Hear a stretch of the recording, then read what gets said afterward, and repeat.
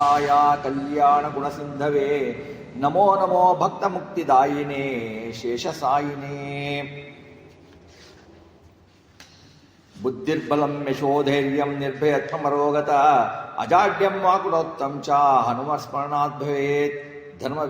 ಧರ್ಮ ವಿಜ್ಞಾನ ವೈರಾಗ್ಯ ಪರಮೈಶ್ವರಶಾಲಿನಃ ಶ್ರೀಮದಾನಂದತೀರ್ಥ ಭಗವತ್ಪಾದಾನ್ ವಂದೇ ನಿರಂತರಂ. ಅಭ್ರಮಂ ಭಂಗರಹಿತಂ ಅಜಡಂ ವ್ಯೋಮಂ ಸದಾ ಆನಂದತೀರ್ಥಮತಲಂ ಭಜೆ ತಾಪತ್ರಯಾಪಹಂ. ಭವತಿ ಯದನುಭಾವಾತ್ ಏಡಮೂಕೋಪಿ ವಾಗ್ಮಿ ಜಡಮತಿರಪಿ ಜಂತುರ್ಜಾಯತೆ ಪ್ರಾಜ್ಞಮೌಲಿಃ ಸಕಲವಚನಚೇತೋ ದೇವತಾ ಭಾರತೀ ಸಾ ಮಮ ವಸ್ತು ನಿಧತ್ತಾಂ ಸನ್ನಿಧಿಂ ಮಾನಸೇ ಚ ತಪೋ ವಿದ್ಯಾ ವಿರಕ್ತ್ಯಾದಿ ಸದ್ಗುಣೌಘಾಕರಾನಹಂ. ವಾದಿರಾಜಗುರೂನ್ ವಂದೇ ಹಯಗ್ರೀವ ಪದಾಶ್ರಯಾಂ ಪ್ರಣಮತ್ಕಾಮಧೇನುಂಚ ಭಜತ್ರೋತುರೂಪಮಂ. ಶ್ರೀ ಭಾವಬೋಧಕುತ್ಪಾದ ಚಿಂತಾಮಣಿ ಉಪಾಸ್ಮಹೇ. ಪೂಜ್ಯಾಯ ರಾಘವೇಂದ್ರಾಯ ಸತ್ಯಧರ್ಮರತಾಯ ಚ ಭಜತಾಂ ಕಲ್ಪವೃಕ್ಷಾಯ ನಮತಾಂ ಕಾಮಧೇನವೇ. ಸತ್ಯಾಭಿಜ್ಞಕರಾಜ್ಯೋತ್ತಾಂ ಪಂಚಾಶದ್ವರ್ಷ ಪೂಜಕಾಂ ಸತ್ಯಪ್ರಮೋದತೀರ್ಥಾರ್ಯಾಂ ನೌಮಿ ನ್ಯಾಯಸುಧಾರತಾಂ. ಶ್ರೀ ಸತ್ಯಾತ್ಮಗುರುವೇ ನಮಃ. ವಿದ್ಯಾವಿನಯ ಸಂಪನ್ನಂ ಪ್ರತಿವಾದಿ ಮತಧ್ವಂಸಿನಂ ವಿಶ್ವಪ್ರಿಯ ಗುರುನ್ ವಂದೇ ಮಧ್ವೇಷ ಪ್ರಿಯಕಾರಕಂ. ಶ್ರೀ ಗುರುಭ್ಯೋ ನಮಃ. ಹರಿ ಓಂ. ರಾಮಾಯ ಶಾಶ್ವತ ಸುಶ್ರುತ ಷಡ್ಗುಣಾಯ ಸರ್ವೇಶ್ವರಾಯ ಬಲವೀರ್ಯ ಮಹಾರ್ಣವಾಯ ನತ್ವಾಲಿಲಂಗೈಶುರುರ್ಣವಮುತ್ಪಪಾದ ನಿಷ್ಪಿಡ್ಯತಂ ಗಿರಿವರಂ ಪವನಸ್ಯ ಸೂನುಃ. ಸುಂದರಕಾಂಡ ರಾಮಾಯಣದ ಚಿಂತನೆಯನ್ನು ನಡೆಸಿದ್ದೇವೆ. ಇಲ್ಲಿಯವರೆಗೆ ಹನುಮಂತ ಸಮುದ್ರ ಲಂಘನವನ್ನು ಮಾಡಿ ಸೀತೆಯ ಅನ್ವೇಷಣೆಯನ್ನು ಲಂಕಾಪಟ್ಟಣದಲ್ಲಿ ಸೀತೆಯ ಅನ್ವೇಷಣೆಯ ಬಗ್ಗೆ ತೊಡಗಿದ್ದಾನೆ. ಸೀತೆಯ ಅನ್ವೇಷಣೆಯನ್ನು ಮಾಡುತ್ತಾ ಲಂಕಾಪಟ್ಟಣದ ಒಳಗಡೆ ಮಾಡುತ್ತಾ ಸೀತೆಯನ್ನು ಹುಡುಕುತ್ತಾ ರಾವಣನ ಅಂತಃಪುರದಲ್ಲಿ ಹೋಗಿ ಅಲ್ಲಿಯೂ ಕಾಣದಿದ್ದಾಗ ರಾಮನ ಗುಣಗಳನ್ನು ಕೊಂಡಾಡಿ ಸೀತೆಯ ವಿಶ್ವಾಸವನ್ನು ಹೊಂದುವಂತೆ ಮಾಡಲು ಅವನು ಅಶೋಕವನಕ್ಕೆ ಬಂದ. ಅಶೋಕವನದಲ್ಲಿ ಬಂದಾಗ ಸೀತೆಯನ್ನು ಕಂಡಾಗ ಸೀತೆಯ ಅವನ ಸಂಭಾಷಣೆ ನಡೆಯುತ್ತದೆ. ನಿನ್ನೆ ಸ್ವಲ್ಪ ಸಂಭಾಷಣೆ ನಡೆದಿತ್ತು. ಈಗ ಸೀತಾ ಅನ್ವೇಷಣೆಯನ್ನು ಹನುಮಂತ ಮಾಡಿದ. ಆವಾಗ ನೋಡಿ, ಯಾವುದೇ ನಾವು ಕಾರ್ಯಗಳನ್ನು ಮಾಡಬೇಕಾದ್ರೆ 3 ಜನ ನೋಡ್ತಾ ಇರ್ತಾರೆ. ಒಂದು ದೇವತೆಗಳು, ಒಂದು ರಾಕ್ಷಸರು, ಒಂದು ಮಾನವರು.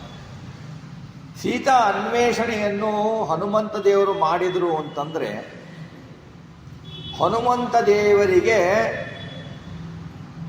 ರಾಕ್ಷಸರು ಏನು ತಿಳ್ಕೊಳ್ತಾರೆ ಅಂದರೆ, ಹನುಮಂತ ದೇವರು ಸೀತೆ ಎಲ್ಲಿದ್ದಾನೆ ಅಂತ ಗೊತ್ತಿಲ್ಲ, ಸೀತೆಯನ್ನು ಹುಡುಕ್ತಾ ಇದ್ದಾನೆ, ಇವನೆಂಥ ಜೀವೋತ್ತಮ ಅಂತ ಅವರಿಗೆ ಅನುಮಾನ ಬರುತ್ತೆ. ಅವರು ಅಣ್ಣತಮಸ್ಗೆ ಹೋಗ್ತಾರೆ. ದೇವತೆಗಳು ಇವನು ಜೀವೋತ್ತಮ ಇದ್ದಾನೆ, ಇವನಿಗೆ ಎಲ್ಲ ಗೊತ್ತು, ರಾಮನ ಇಚ್ಛೆಯ ಪ್ರಕಾರ ಇವನು ವಿಡಂಬನೆ ಮಾಡ್ತಾ ಇದ್ದಾನಂತ ದೇವತೆಗಳು ಮನುಷ್ಯರಿಗೆ ಕೆಲವು ಕಾಲ ಅನುಮಾನ, ಕೆಲವು ಕಾಲ ಅವನ ಬಗ್ಗೆ ಇವನು ಹೌದೋ ಅಲ್ವೋ ಹೀಗೆ ಹುಡುಕ್ತಾ ಇದ್ದಾನಲ್ಲ, ಹನುಮಂತ ದೇವರಿಗೆ ಇನ್ನೂ ಸಿಕ್ಕಿಲ್ವಾ, ಏನು ಮಾಡ್ತಾ ಇದ್ದಾನೆ, ಮಂಡೋದರಿಯನ್ನು ಯಾಕೆ ನೋಡ್ದ ಅವನು, ಇವೆಲ್ಲ ಅನುಮಾನಗಳು ಬರ್ತವೆ. ಮನುಷ್ಯರು ಈ ಅನುಮಾನಗಳನ್ನು ಮಾಡ್ತಾ ಇರ್ತಾರೆ. ಹೀಗೆ ನಾವು ಏನು ಕಾರ್ಯ ಮಾಡಿದರೂ ಸಾಕ್ಷಿ ದೇವತೆಗಳು ನೋಡ್ತಾ ಇರ್ತಾರೆ. ನಮ್ಮ ಸೂರ್ಯ, ಚಂದ್ರ, ಯಮ ಮುಂತಾದ ಸಾಕ್ಷಿ ದೇವತೆಗಳು ನಮ್ಮ ಕಾರ್ಯವನ್ನು ನೋಡ್ತಾ ಇರ್ತಾರೆ. ನಾವು ಯಾರಿಗೂ ಕಾಣೋದಿಲ್ಲ ಅಂತ ಮಾಡಿದ್ರು ಅವರಿಗೆ ಸಾಕ್ಷಾತ್ ಈಕ್ಷತೆ ನಮ್ಮನ್ನು ಸಾಕ್ಷಾತ್ತಾಗಿ ನೋಡ್ತಾ ಇರ್ತಾರೆ. ಅದು ಗರುಡ ಪುರಾಣದಲ್ಲಿ ವಿವರ ಇದೆ. ಯಾರ್ಯಾರು ಏನೇನು ನೋಡ್ತಾರೆ ಅನ್ನೋದು ಗರುಡ ಪುರಾಣದಲ್ಲಿ ವಿವರಗಳಿದೆ. ಹಾಗೆ ಹನುಮಂತ ದೇವರು ಯಾಕೆ ಹೀಗೆ ಮಾಡಿದರು ಅಂದರೆ, ಅವರವರ ಯೋಗ್ಯತೆಗೆ ಅನುಸಾರವಾಗಿ ಅವರವರ ಗತಿಯನ್ನು ಪಡೆಯಬೇಕು. ಈಗ ಇವರು ಸೀತೆಯ ಹತ್ತಿರ ಹೋಗಿದ್ದರೆ ಸೀತೆ ಇರುವುದು ಇವನಿಗೆ ಗೊತ್ತು, ಇವನು ಜೀವೋತ್ತಮ ಅಂತ ರಾಕ್ಷಸ ತಿಳ್ಕೊಂಡ್ರೆ ಅವರ ಗತಿಯನ್ನು ಅವರು ಹೊಂದಲಿಕ್ಕಾಗಲ್ಲ. ಅವರು ದುರ್ಗತಿಯನ್ನು ಹೊಂದಲೇಬೇಕು ಸ್ವಭಾವತಃ. ಅವರು ಹೋಗಬೇಕಾಗತ್ತೆ. ಅದಕ್ಕೋಸ್ಕರ ಅವರವರ ಗತಿಯನ್ನು ಅವರವರಿಗೆ ಕೊಡುವುದಕ್ಕಾಗಿ ಪ್ರಾಣದೇವರು ಶ್ರೀರಾಮದೇವರ ಇಚ್ಛೆಯಂತೆ ವಿಡಂಬನೆಯನ್ನು ಮಾಡ್ತಾರೆ. ಆಕೆಯ ಹತ್ತಿರ ಬಂದ ಹನುಮಂತ ದೇವರು ಹೇಳ್ತಾರೆ, ತಸ್ಯಾಸ್ತದ್ವಚನಂ ಶ್ರುತ್ವಾ ಹನುಮಾನ್ ಹರಿಯೂತಪಃ ದುಃಖಾವಿಭೂತಾಯ ಸಾಂತ್ವಮುತ್ತರಮಬ್ರವೀತ್. ದುಃಖದಿಂದ ಸೀತಾದೇವಿ ಕೂಗುತ್ತಾಳೆ, ಹನುಮಂತ ದೇವರು ಬಹಳ ದುಃಖಿತನಾಗಿ ಅವಳಿಗೆ ಸಮಾಧಾನದ ಮಾತುಗಳನ್ನು ಹನುಮಂತ ದೇವರು ಹೇಳಲಿಕ್ಕೆ ಸ್ಟಾರ್ಟ್ ಮಾಡ್ತಾರೆ. ರಾಮನ ಆಜ್ಞೆಯಿಂದ ನಿನ್ನ ಬಂದಿದ್ದೇನೆ ದೇವಿ, ವಿದೇಹನ ಪುತ್ರಿ ನೀನು, ರಾಮನು ಸೌಖ್ಯವಾಗಿದ್ದಾನೆ, ನಿನ್ನನ್ನು ಹೇಗಿದ್ದೀಯಾ ಅಂತ ವಿಚಾರಿಸ್ತಾ ಇದ್ದಾನೆ ಅಂತ ಹೇಳ್ತಾರೆ. ಅಂತ ದಶರಥ ಪುತ್ರನ ರಾಮ ನಿನ್ನ ಕ್ಷೇಮವನ್ನು ವಿಚಾರಿಸ್ತಾ ಇದ್ದಾನೆ. ಲಕ್ಷ್ಮಣನು ನಿನಗೆ ಶಿರಸ ಪ್ರಣಾಮಗಳನ್ನು ತಿಳಿಸು ಅಂತ ಹೇಳಿದ್ದಾನೆ. ಆವಾಗ ಅವರಿಬ್ಬರ ಕ್ಷೇಮ ವಾರ್ತೆಯನ್ನು ಕೇಳಿ ಸೀತೆಗೆ ಬಹಳ ಸಂತೋಷ ಆಗತ್ತೆ. ಅವಳು ಹನುಮಂತನಿಗೆ ಹೇಳ್ತಾಳೆ, ಮನುಜನು ಜೀವಿಸಿದ್ದಲ್ಲಿ, ಮನುಜ ಹೇಗೆ ಅಂದ್ರೆ ನೋಡಿ, ಮನುಜ ಕಷ್ಟ ಬಂದ ತಕ್ಷಣ ನಾನು ಸುಸೈಡ್ ಮಾಡ್ಕೊಳ್ತೀನಿ, ನಾನು ಆತ್ಮಹತ್ಯೆ ಮಾಡ್ಕೊಳ್ತೀನಿ ಅಂತ ಹೋಗ್ತಾನಲ್ಲ, ಅದನ್ನು ಮಾಡಬಾರದು. ಕಷ್ಟ ಇದ್ದಾಗ ಸಹಿಸಿಕೊಂಡ್ರೆ 100 ವರ್ಷದ ನಂತರ ಆದರೂ ಸುಖವನ್ನು ಕಾಣ್ತಾನೆ ಅಂತ ಲೌಕಿಕ ಗಾದೆ ಇದೆ. ಬದುಕಿದ್ರೆ ತಾನೇ ಸುಖ ಕಾಣೋದು. ಕಷ್ಟ ಬಂದ ಸತ್ತೋಗ್ತೀನಿ ಅಂತಂದ್ರೆ ಸುಖ ಎಲ್ಲಿಂದ ಕಾಣಬೇಕು? ಹಾಗಾಗಿ ಮಂಗಳಕರವಾದ ಮಾತು ನನಗೆ ತೋರುತ್ತದೆ ಅಂತ ಅವಳು ಹೇಳ್ತಾಳೆ. ಆಮೇಲೆ ಸೀತೆಯ ಬಳಿ ಸಾಗಲು ಅದನ್ನು ನೋಡ್ಬಿಟ್ಟು ಸೀತೆಗೆ ದುಃಖ ಪಡ್ತಾ ಇದ್ದ ಅಂತ ಸೀತೆಯ ಹತ್ರ ಬರಲಿಕ್ಕೆ ಹೋಗ್ತಾನೆ ಹನುಮಂತ ದೇವರು. ಯಾವಾಗ ಹನುಮಂತ ದೇವರು ಸೀತೆಯ ಹತ್ತಿರ ಬಂದನೋ, ಸೀತೆ ಇವನೇ ರಾವಣ ಅಂತ ಅನುಮಾನ ಪಡ್ತಾನೆ. ಇವನು ಕಪಿವೇಷದಿಂದ ಬಂದಿದ್ದಾನೆ, ರಾವಣ ಆಗಿ ಬಂದಿದ್ದಾನೆ, ಸುಮ್ಮನೆ ರಾಮನ ಬಗ್ಗೆ ಹೇಳ್ತಾ ಇದ್ದಾನೆ, ಹತ್ರ ಬರ್ತಾ ಇದ್ದಾನೆ ಇವನು ಅಂತ ಅವಳಿಗೆ ಅನುಮಾನ ಬರುತ್ತೆ. ಈತ ನೋಡಿದ್ರೆ ನಾನು ಸಲಿಗೆಯಿಂದ ಮಾತಾಡಿದ್ದು ಬಹಳ ತಪ್ಪಾಗಿ ಹೋಯ್ತು, ಇವನೇ ರಾವಣ ವೇಷ ಬಳಸ್ಕೊಂಡು ಬಂದಿದ್ದಾನೆ ಅಂತ ಹೇಳಿ ಅಲ್ಲೇ ನೆಲದಲ್ಲಿ ಕೂಡ್ತಾ ಅವಳು ಅವನನ್ನು ಕಣ್ಣೆತ್ತಿ ನೋಡೋದಿಲ್ಲ. ಹನುಮಂತ ಭಯದಿಂದ ಭ್ರಾಂತಳಾದ ಆಕೆಗೆ ನಮಸ್ತಾನೆ. ಅದು ಭ್ರಾಂತಿ ಏನಲ್ಲ, ಭ್ರಾಂತಳಾದ ಅವಳಿಗೆ ನಮಸ್ತಾನೆ. ಆವಾಗ ಅವನು ಯಾವಾಗ ನಮಸ್ಕರಿಸಿದ್ನೋ ಅವನು ನೋಡ್ತಾ ಮಾತಾಡ್ತಾಳೆ, ಏ ರಾವಣ ನೀನಾಗಿರ್ಬೇಕು, ನನ್ನನ್ನು ಮೋಸ ಮಾಡ್ಲಿಕ್ಕೆ ಬಂದಿದ್ದೆ, ಆದರೆ ನಿನಗೆ ಒಳ್ಳೆಯದಾಗೋದಿಲ್ಲ ಅಂತ ಹೇಳ್ತಾಳೆ. ನಿನಗೆ ರಾಮನ ದೂತನೇ ಆಗಿದ್ದರೆ ನಿನಗೆ ಮಂಗಳ ಆಗಲಿ, ರಾಮನ ಕಥೆಯನ್ನು ನಿನ್ನಿಂದ ಹೇಳು ಅಂತ ಕೇಳ್ತಾಳೆ ಸೀತಾದೇವಿ. ಆವಾಗ ರಾಮನ ಗುಣಗಳನ್ನು ಹನುಮಂತ ದೇವರು ವರ್ಣನೆ ಮಾಡ್ಲಿಕ್ಕೆ ಸ್ಟಾರ್ಟ್ ಮಾಡ್ತಾರೆ. ಅಪವೃತಳಾಗಿ ತುಂಬಾ ದಿನಗಳಾದವು, ನಮಗೆ ಅವಳೇನು ಮಾಡ್ತಿಳ್ಕೊತಾಳೆ, ಇದನ್ನೇ ಸ್ವಪ್ನ ಅಂತ ತಿಳ್ಕೊಂಡ್ಬಿಟ್ಟಿರ್ತಾಳೆ ಅವಳು ಸೀತಾದೇವಿ. ಈ ಸ್ವಪ್ನದಲ್ಲಿ ಬಂದಿದ್ದು ಎಂದು ಸುಳ್ಳಾಗಬಾರದು, ಇದು ಸತ್ಯ ಆಗಲಿ ಅಂತ ಹೇಳ್ಬಿಟ್ಟು ಅವಳು ಆಶಿಸ್ತಾಳೆ. ರಾಕ್ಷಸರು ಸ್ವೇಚ್ಛಾರೂಪಿಗಳಾಗಿದ್ದಾರೆ, ಯಾವ ರೂಪ ಹಾಕೊಂಡು ಬೇಕಾದರೂ ಬರ್ತಾರೆ, ಹಾಗಾಗಿ ಇದು ಸ್ವಪ್ನ ಆಗಿರಬಹುದು ಅಂತ ಹೇಳ್ಬಿಟ್ಟು ವಾನರನ ಪ್ರತಿಯಾಗಿ ಮಾತಾಡಿಸೋದಿಲ್ಲ. ಆವಾಗ ಹನುಮಂತ ರಾಮನ ಬಗ್ಗೆ ಹಿತವಾದ ಮಾತನ್ನಾಡ್ತಾನೆ. ಆದಿತ್ಯೈವ ತೇಜಸ್ವಿ ಲೋಕಕಾಂತ ಶಶಿ ಯಥಾ ರಾಜಾ ಸರ್ವಸ್ಯ ಲೋಕಸ್ಯ ದೇವೋ ವೈಶ್ರವಣೋ ಯಥಾ ವಿಕ್ರಮೇಣೋಪನ್ನಶ್ಚ ಯಥಾ ವಿಷ್ಣುರ್ಮಹಾಯಶ. ರಾಮದೇವರು ಸುಂದರವಾಗಿ ಸೂರ್ಯನಂತೆ ತೇಜಸ್ವಿಯಾಗಿದ್ದಾರೆ, ಚಂದ್ರನಂತೆ ಲೋಕಕ್ಕೆ ತಂಪು ಕೊಡ್ತಾ ಇದ್ದಾರೆ, ಕುಬೇರನಂತೆ ಲೋಕಕ್ಕೆಲ್ಲ ರಾಜನಾದವನು ವಿಷ್ಣುವಿನಂತೆ ಪರಾಕ್ರಮಶಾಲಿಯಾದ ರಾಮ ವಿರಾಜಿಸ್ತಾ ಇದ್ದಾನೆ ಅಂತ ಹೇಳಿದ್ದಾರೆ. ರಾಮದೇವರಿಗೆ ಸಿಟ್ಟು ಬರಲ್ಲ ರೀ, ಎಲ್ಲಿ ಕೋಪಿಸ್ಕೊಳ್ಬೇಕೋ ಅಲ್ಲಿ ಕೋಪ ಮಾಡ್ಕೊತಾನೆ. ಯಾಕೆಂದ್ರೆ ಸಿಟ್ಟು ಯಾವಾಗಲೂ ಮನುಷ್ಯನಿಗೆ ದೋಷ. ನಮಗೆ ಅಸಹಾಯಕತೆ ಇದ್ದಾಗ ಸಿಟ್ಟು ಬರುತ್ತೆ, ಅದು ನಮಗೆ ಅನುಭವಕ್ಕೂ ಬಂದಿರುತ್ತೆ. ಅಸಹಾಯಕತೆ ಯಾವ ಬರುತ್ತೋ, ನಾವು ಬಯಸಿದ್ದು ಯಾವಾಗ ಸಿಗಲ್ವೋ, ಅಸಹಾಯಕತೆ ಯಾವಾಗ ಬರುತ್ತೋ ಆವಾಗ ಮನುಷ್ಯನಿಗೆ ಕೋಪ ಬರುತ್ತೆ. ಕೋಪ ಒಂದು ದೋಷ. ಅದನ್ನು ಕನಕದಾಸರು ಹೇಳ್ತಾರೆ, ಕೋಪವೆಂಬುದು ಪಾಪ, ನರಕದ ಕೂಪದಲ್ಲಿ ಮುಳುಗುವವರು ಇದು ಶಾಸ್ತ್ರ ಸಿದ್ಧವರೇ ಅಂತ ಕನಕದಾಸರು ಹೇಳ್ತಾರೆ ಹೇಗಭಕ್ತಿ ಸಾರದಲ್ಲಿ. ಕೋಪ ಇದ್ದವನು ಅವನಿಗೆ ಮೈಲಿಗೆ ಕೋಪ ಅನ್ನೋದು, ಅತ್ಯಂತ ಮೈಲಿಗೆ ಕೋಪ ಅನ್ನೋದು. ನಾವು ದೇವ್ರ ಪೂಜೆನಲ್ಲಿ ಕೂತ್ಕೊಂಡಾಗ ಕೋಪ ಮಾಡಿದ್ರೆ ಮೈಲಿಗೆ ಮತ್ತೆ ಸ್ನಾನ ಮಾಡಬೇಕು ಅಂತ. ನಮಗೆ ಕೋಪ ಬರೋದು ದೇವ್ರ ಪೂಜೆ ಕೂತಾಗೇನೆ. ಬೇರೆ ಇದ್ದಾಗ ತಿನ್ಬೇಕಾದ್ರೆ ಊಟ ಮಾಡ್ಬೇಕಾದ್ರೆ ಏನೂ ಬರಲ್ಲ. ದೇವ್ರ ಪೂಜೆ ಕುತ್ಕೊಂಡ್ಬಿಟ್ರೆ ಏನು ಒಂದು ಮಿಸ್ ಆಯಿತೋ ಆ ದೇವರು ಅಲ್ಲೇ ಇರ್ತಾನೆ, ನಾವಿಲ್ಲಿ ಮಾತಾಡ್ತಾ ಸ್ಟಾರ್ಟ್ ಮಾಡ್ತೀವಿ. ಕೋಪವೆಂಬುದು ತನುವಿನಲ್ಲಿ ಪಾಪ, ಪಾತಕದಿಂದ ನರಕದ ಕೂಪದಲ್ಲಿ ಮುಳುಗುವರು ಇದು ಶಾಸ್ತ್ರ ಸಿದ್ಧವಲೆ. ರಾಪು ಮಾಡದೆ ಬಿಡನು ಯಮನು ನಿರಾಪರಾಧಿಯ ನೋಡಿ ರಕ್ಷಿಸು ನಮ್ಮಣ್ಣನವರತ ಅಂತ ಹೇಳ್ತಾರೆ. ಯಮ ಹಿಡ್ಕೊಂಡು ಹೊಡಿತಾನೆ ಕೋಪ ಮಾಡ್ಕೊಂಡ್ರೆ. ಕೋಪ ಮಾಡಬಾರ್ದು ಅಂದ್ರೆ ಎಲ್ಲಿ ಕೋಪ ಮಾಡಬೇಕು ಅಲ್ಲಿ ಮಾಡಬೇಕು. ಎಲ್ಲೋ ಅನ್ಯಾಯ ಆಗ್ತಾ ಇರುತ್ತೆ, ಯಾರಿಗೋ ಹೊಡಿತಾ ಇರ್ತಾರೆ, ವಿಷ್ಣು ದ್ವೇಷಗಳಿರ್ತಾರೆ, ಅವ್ರಿಗೆ ವಿಷ್ಣುವಿಗೆ ಬೈತಾ ಇರ್ತಾರೆ, ಆವಾಗ ಅವನ ಭಕ್ತರಿಗೆ ಬೈತಾ ಇರ್ತಾರೆ. ಅವ್ರು ನೋಡ್ಕೊಂಡ್ಬಿಟ್ಟು ನಾನು ಕೋಪ ಮಾಡ್ಕೋಬಾರ್ದು ಅಂತ ಕುತ್ಕೊಂಡ್ರೆ ಅದು ಅಪರಾಧ. ಸುಮ್ಮನೆ ಯಾರೋ ಭಕ್ತರ ಮೇಲೆ ಕೋಪ ಮಾಡ್ಕೊಳ್ಳೋದು, ಯಾರು ಸಜ್ಜನರ ಮೇಲೆ ಕೋಪ ಮಾಡ್ಕೊಳ್ಳೋದು ಮಾಡಬಾರ್ದು. ಅವನ್ನ ಕೋಪ ಮಾಡಬಾರ್ದು. ಕೋಪ ಯಾವಾಗ ಬರುತ್ತೆ, ಅಸಹಾಯಕತೆ ಮತ್ತು ಅದು ದೋಷ. ಕಾಮದಿಂದ ಕೋಪ, ಆಸೆಯಿಂದ ಕೋಪ, ಆಸೆಯೇ ಮೂಲ. ಆಸೆಯೇ ಕೋಪ. ನಮಗೆ ದೊರಕದ ವಸ್ತು ಸಿಗದಿದ್ದ ಮೇಲೆ ಕೋಪ ಬರ್ತದೆ, ಹೌದಾ? ಕೋಪ ಸಿಕ್ಕರೆ ಲೋಭ, ನನಗೆ ಬಿಟ್ಟು ಬೇರೆಯವರಿಗೆ ಸಿಗಬಾರ್ದದು. ಇವೆಲ್ಲ ಒಂದಕ್ಕೊಂದು ಬರುತ್ತೆ. ಆ ಕೋಪ ಬಂದಾಗ ನಮಗೇನಾಗತ್ತೆ ಅಂದರೆ ಮಾತನಾಡುವ ಪ್ರಜ್ಞೆ ಇರಲ್ಲ. ಮಾತನಾಡುವುದು ಏನು ಅನ್ನೋದು ನಮಗೆ ಗೊತ್ತಾಗಲ್ಲ. ಏನೋ ಮಾತುಗಳು ಹೊರಡು ಬಿಡ್ತವೆ. ಅದು ಏನೋ ಅನಾಹುತಗಳಾಗಿ ಹೋಗ್ತವೆ. ಹಾಗಾಗಿ ಕೋಪ ಮಾಡಿಕೊಳ್ಳು. ರಾಮ ಕೋಪ ಮಾಡಿಕೊಂಡ ಅಂದರೆ ರಾಮನಿಗೆ ಕೋಪ ದೋಷ ಇದೆಯಾ? ರಾಮ ನಿರ್ಗುಣ. ಅವನು ನಿರ್ಗುಣ ಅಂತಂದರೆ ಒಳ್ಳೆಯ ಪ್ರಾಕೃತ ಗುಣಗಳು ಇಲ್ಲ ಅವನಲ್ಲಿ. ನಿರ್ಗುಣ ಅಂದರೆ ಅಹಂ ಬ್ರಹ್ಮಾಸ್ಮಿ ಅಂತ ಹೇಳೋ ನಿರ್ಗುಣಗಳಲ್ಲ. ಅವನಿಗೆ ಪ್ರಾಕೃತ ಗುಣಗಳಿಲ್ಲ, ಗುಣಗಣಿ ಅವನು. ಅವನಿಗೆ ದೋಷ ಇಲ್ಲ. ನಿರ್ದೋಷ ಅಂತ ಮೊದಲು ಹೇಳ್ತಾರೆ. ದೋಷ ಇಲ್ಲದ ಗುಣಗಳು. ನಮ್ಮಲ್ಲಿ ಗುಣಗಳಿದ್ದಾವೆ, ದೋಷಪೂರಿತ ಗುಣಗಳು. ಹಾಗಾಗಿ ಅವನಲ್ಲಿ ನಿರ್ದೋಷ. ಅವನಿಗೆ ಕೋಪ ಇದೆ ಅಂತ ಹೇಳ್ಬೋದು. ಎಲ್ಲಿ ಕೋಪಿಸಿಕೊಳ್ಬೇಕೋ ಅಲ್ಲಿ ಕೋಪಿಕೊಳ್ತಾನೆ. ಯಾರಿಗೆ ಶಿಕ್ಷಿಸಬೇಕೋ ಅವರನ್ನು ಶಿಕ್ಷಿಸ್ತಾನೆ. ಮಹಾರಥಿಕ ಯಾವ ಈ ಜಗವು ಆಶ್ರಯಿಸಿರುವುದು ಆ ರಾಮ ಶೋಭಿಸ್ತಾ ಇರ್ತಾನೆ ಅಂತ ವಾಲ್ಮೀಕಿ ಋಷಿಗಳು ಇನ್ನು ಬಹಳ ವಾಕ್ಯದಿಂದ ವರ್ಣನೆ ಮಾಡ್ತಾರೆ, ಬಹಳ ಶ್ಲೋಕದಿಂದ ವರ್ಣನೆ ಮಾಡ್ತಾರೆ. ಮುಂದೆ ಆ ಮಾತುಗಳನ್ನು ಕೇಳಿ ಸೀತಾದೇವಿ ಹನುಮಂತನಿಗೆ ಹೇಳ್ತಾರೆ, ನಿನಗೆ ರಾಮನು ಹೇಗೆ ಸಿಕ್ಕ? ಸಂಪರ್ಕ ಹೇಗಾಯಿತು? ಲಕ್ಷ್ಮಣನ ಪರಿಚಯ ಹೇಗಾಯಿತು? ನೀನು ನೋಡಿದರೆ ಕಪಿ, ಅವನು ನೋಡಿದರೆ ನರ. ವಾನರರಿಗೂ ನರರಿಗೂ ಹೇಗೆ ಸಂಬಂಧ ಆಯಿತು? ಈ ನಾವು ಹೇಳ್ಬಿಡ್ತೀವಿ ಮಂಗನಿಂದ ಮಾನವ ಅಂತ. ಇದೆಲ್ಲ ಸುಳ್ಳು ರೀ. 84 ಲಕ್ಷ ಯೋನಿಗಳಿದ್ದಾವೆ. ಕಪಿದೂ ಒಂದು ಯೋನಿ. ಕಪಿ ಆದಮೇಲೆ ಕಪಿಯಿಂದ ಮಾನವನಾಗಿ ಕನ್ವರ್ಟ್ ಆಗಲ್ಲ. ಕಪಿಯಿಂದ ಮಾನವನಾಗಲ್ಲ. ಕಪಿಯೂ ಒಂದು 84 ಲಕ್ಷ ಯೋನಿಗಳಲ್ಲಿ ಒಂದು. ಕೊನೆಯ ಯೋನಿ ನಮ್ದು ಮನುಷ್ಯರ ಜನ್ಮ. ಅದಕ್ಕೆ ಮನುಷ್ಯ ಜನ್ಮ ಬಂದಮೇಲೆ ಹಾಳು ಮಾಡ್ಕೋಬೇಡ್ರಿ ಅಂತ ಹೇಳೋದು. ಆವಾಗ ಕೇಳಕ್ಕೆ ಹನುಮ ಹೇಳ್ತಾನೆ, ರಾಮನ ಇವರು ಕೇಳ್ತಾರೆ, ಮತ್ತೆ ರಾಮನ ಚಿಹ್ನೆಗಳು ಏನು, ಲಕ್ಷ್ಮಣನ ಕುರುಹುಗಳು ಏನು, ಅವುಗಳನ್ನು ಹೇಳು. ಪುನಃ ಮೋಸ ಹೋಗಿ ನಾನು ಶೋಕಕ್ಕೆ ಗುರಿಯಾಗಲಾರೆ ಅಂತ ಹೇಳ್ತಾಳೆ. ಆವಾಗ ವಾಯುಪುತ್ರ ಹೇಳ್ತಾನೆ, ನಿನ್ನ ನಾನು ಯಾರು ಅಂತ ನಿನ್ಗೆ ಗೊತ್ತಾಗಬೇಕು ಅಂದ್ರೆ ನಿನ್ನ ಗಂಡನ ಲಕ್ಷ್ಮಣನ ಮೈಕಟ್ಟಿನ ವಿವರ ಹೇಳ್ತೀನಿ ಕೇಳು ಅಂತಾಳೆ. ರಾಮನು ಯಾವ ಕುರುಗಳು ದಿಕ್ಕಾಗನೋ ಹಾಗೂ ಲಕ್ಷ್ಮಣನ ಯಾವ ಕುರುಗಳು ದಿಕ್ಕಾಗನೋ ಅವನು ಹೇಳ್ತೀನಿ ಕೇಳು ಅಂತ ಹೇಳಿಬಿಟ್ಟು ಹೇಳ್ತಾನೆ. ತೇಜಸ್ಸಿನಿಂದ ಸೂರ್ಯನ ಸಮಾನವಾಗಿ ರಾಮ ಇದ್ದಾನೆ. ಸೂರ್ಯನಿಗೆ ತೇಜಸ್ಸು ಕೊಡುವುದೇ ರಾಮ. ಸೂರ್ಯ ಚಂದ್ರರು ಪರಮಾತ್ಮನ ಕಣ್ಣುಗಳು. ಆ ಸೂರ್ಯನಿಗೆ ತೇಜಸ್ ಏನ್ ಬರುತ್ತೆ? ಭಗವದ್ಗೀತೆಯಲ್ಲಿ ಹೇಳ್ತಾನೆ, ನಾನು ಕೊಟ್ಟರೆ ಸೂರ್ಯ ತೇಜಸ್ ಕೊಡ್ತಾನೆ, ಇಲ್ದಿರ ಸೂರ್ಯ ಏನು ಕೊಡ್ಲಿಕ್ಕಾಗಲ್ಲ.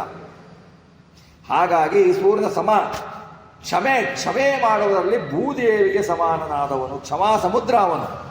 ಬುದ್ಧಿಯಲ್ಲಿ ಬೃಹಸ್ಪತಿಗೆ ಸಮನಾದವನು. ಬೃಹಸ್ಪತಿಯಲ್ಲಿ ರಾಮಯಲ್ಲಿ, ಬೃಹಸ್ಪತಿ ದೇವತೆಗಳ ಗುರು ರಾಮಯಲ್ಲಿ, ಬೃಹಸ್ಪತಿಗೂ ಹನುಮಂತನಿಗೂ ಇಲ್ಲ ಸಮ. ಇನ್ನು ರಾಮದೇವರಿಗೆ ಸಮಾನ.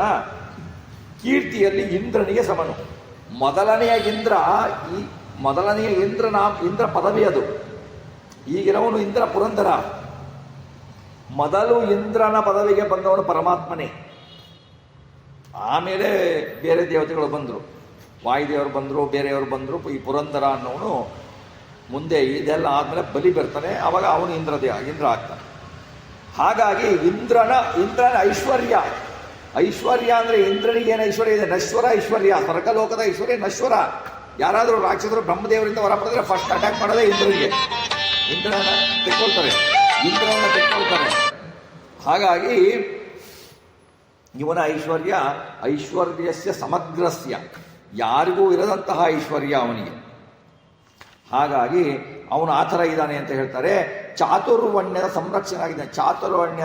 ಚಾತುರ್ವರ್ಣ್ಯ ಅಂತ ಏನಿದೆ, ಈ ವರ್ಣಗಳು ಏನಿದ್ದಾವೆ ಚಾತುರ್ವರ್ಣಗಳು, ಇವಳ ಸಂರಕ್ಷಕನಾಗಿದ್ದಾನೆ. ಲೋಕದ ರೀತಿ ನಿಯಮಗಳನ್ನು ಅನುಷ್ಠಾನ ಮಾಡ್ತಾನೆ. ಕಾಂತಿ ತೇಜಸ್ಸಿನಿಂದ ಕೂಡಿದ್ದಾನೆ. ಎಲ್ಲರೂ ಪೂಜೆ ಮಾಡ್ತಾರೆ. ಬ್ರಹ್ಮಚರ್ಯ ವ್ರತದಲ್ಲಿ ನಿರತನು. ಬ್ರಹ್ಮಚರ್ಯ ಅಂತೀರಾ, ಮದುವೆ ಆಗಿದ್ದಾನೆ ಅಂತೀರಾ ಅಂತಂದರೆ, ಮದುವೆ ಆದವನು ಬ್ರಹ್ಮಚಾರಿ ಆಗಿರಬಹುದು, ಬ್ರಹ್ಮಚಾರಿ ಆದವನು ಮದುವೆ ಆಗಿದ್ದಂಗೆ ಇದ್ದು ಬಿಡ್ಬೋದು. ಮದುವೆ ಆಗಲಿಲ್ಲ ಅಂದರೆ ಬ್ರಹ್ಮಚಾರಿ ಅಂತಲ್ಲ. ಬ್ರಹ್ಮಚಾರಿ ತನ್ನ ನಿಷ್ಠೆಗಿಂತ ಏನು ಮಾಡ್ತಾನೆ, ಸಂಸಾರಿ ಏನು ಮಾಡ್ತಾನೆ, ಅದು ಭಗವಂತನ ಪೂಜೆ ಅಂತ ಅರ್ಪಿಸಿ ಅವನು ಸತಿಯಲ್ಲಿ ಕ್ರೀಡೆ ಮಾಡಿದ್ರೆ ಬ್ರಹ್ಮಚರ್ಯಕ್ಕೆ ಬರುತ್ತೆ. ಬೇರೆ ಸ್ತ್ರೀಯರ ಮನಸ್ಸು ಬರಬಾರದು. ಶಾಸ್ತ್ರವಿಹಿತವಾಗಿ ಕಾರ್ಯಗಳನ್ನು ಮಾಡಬೇಕು. ಅವಾಗ ಬ್ರಹ್ಮಚರ್ಯ ಅಂತಂದರೆ ಏನು? ಬ್ರಹ್ಮಚರತಿ, ಬ್ರಹ್ಮ ಸಂಚರಿಸ್ತಾ ಇರ್ತಾನೆ. ನಾವು ಯಜ್ಞೋಪವೀತ ಹಾಕ್ಕೊಳ್ತೀವಿ. ಮೂರು ಇರುತ್ತೆ ಎಳೆ ಅಲ್ವಾ? 3 ಎಳೆ ಇರುತ್ತೆ, 3 ವಿಧ. ಸಂಸಾರಿಗಳಾದವ್ರು 6 ಹಾಕ್ಕೊಳ್ತಾರೆ, 6 ಎಳೆ ಇರುತ್ತೆ, 2 ಹಾಕ್ಕೊಳ್ತಾರೆ. 3 ಅಂದರೆ ಏನು? ಋಗ್ಯಜು ಸಾಮವೇದಗಳು.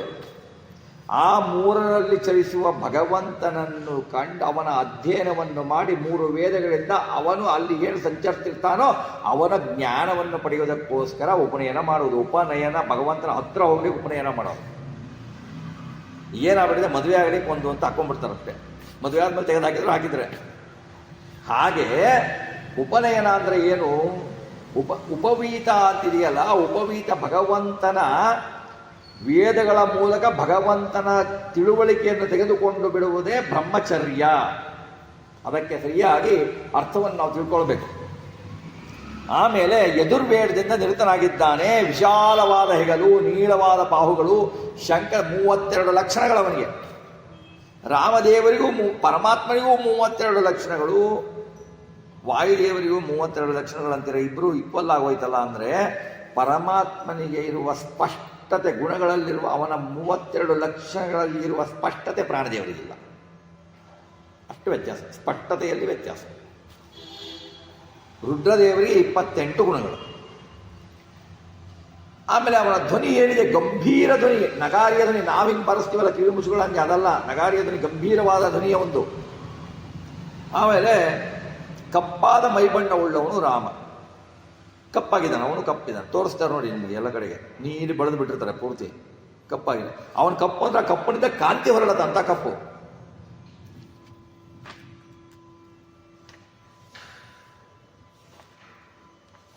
ಆ ಹಣೆಯಲ್ಲಿ 3 ನೆರೆಗೆಗಳನ್ನು ಹೊಂದಿರ್ತಾನೆ.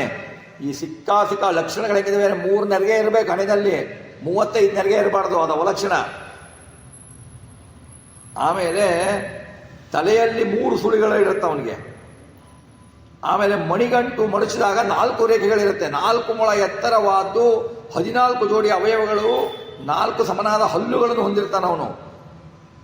ಶ್ರೇಷ್ಠವಾದ ತುಟಿ, ಕೆನ್ನೆ, ಮೂಗನ್ನು ಹೊಂದಿರುವ 5 ನುಣುಪಾದವುಗಳಿಂದ ಹೊಂದಿರುವ 8 ಅವಯವಗಳನ್ನು, ಬಿದಿರಿನಂತೆ ಉದ್ದವಾಗಿರುವ 10 ಅವಯವಗಳನ್ನು ಹೊಂದಿದ್ದಾನೆ ಅಂತ ಹೇಳಿಬಿಟ್ಟು ಅವನನ್ನು ಬಹಳ ಚೆನ್ನಾಗಿ ವರ್ಣನೆ ಮಾಡ್ತಾರೆ ವಾಲ್ಮೀಕಿ ಋಷಿಗಳು.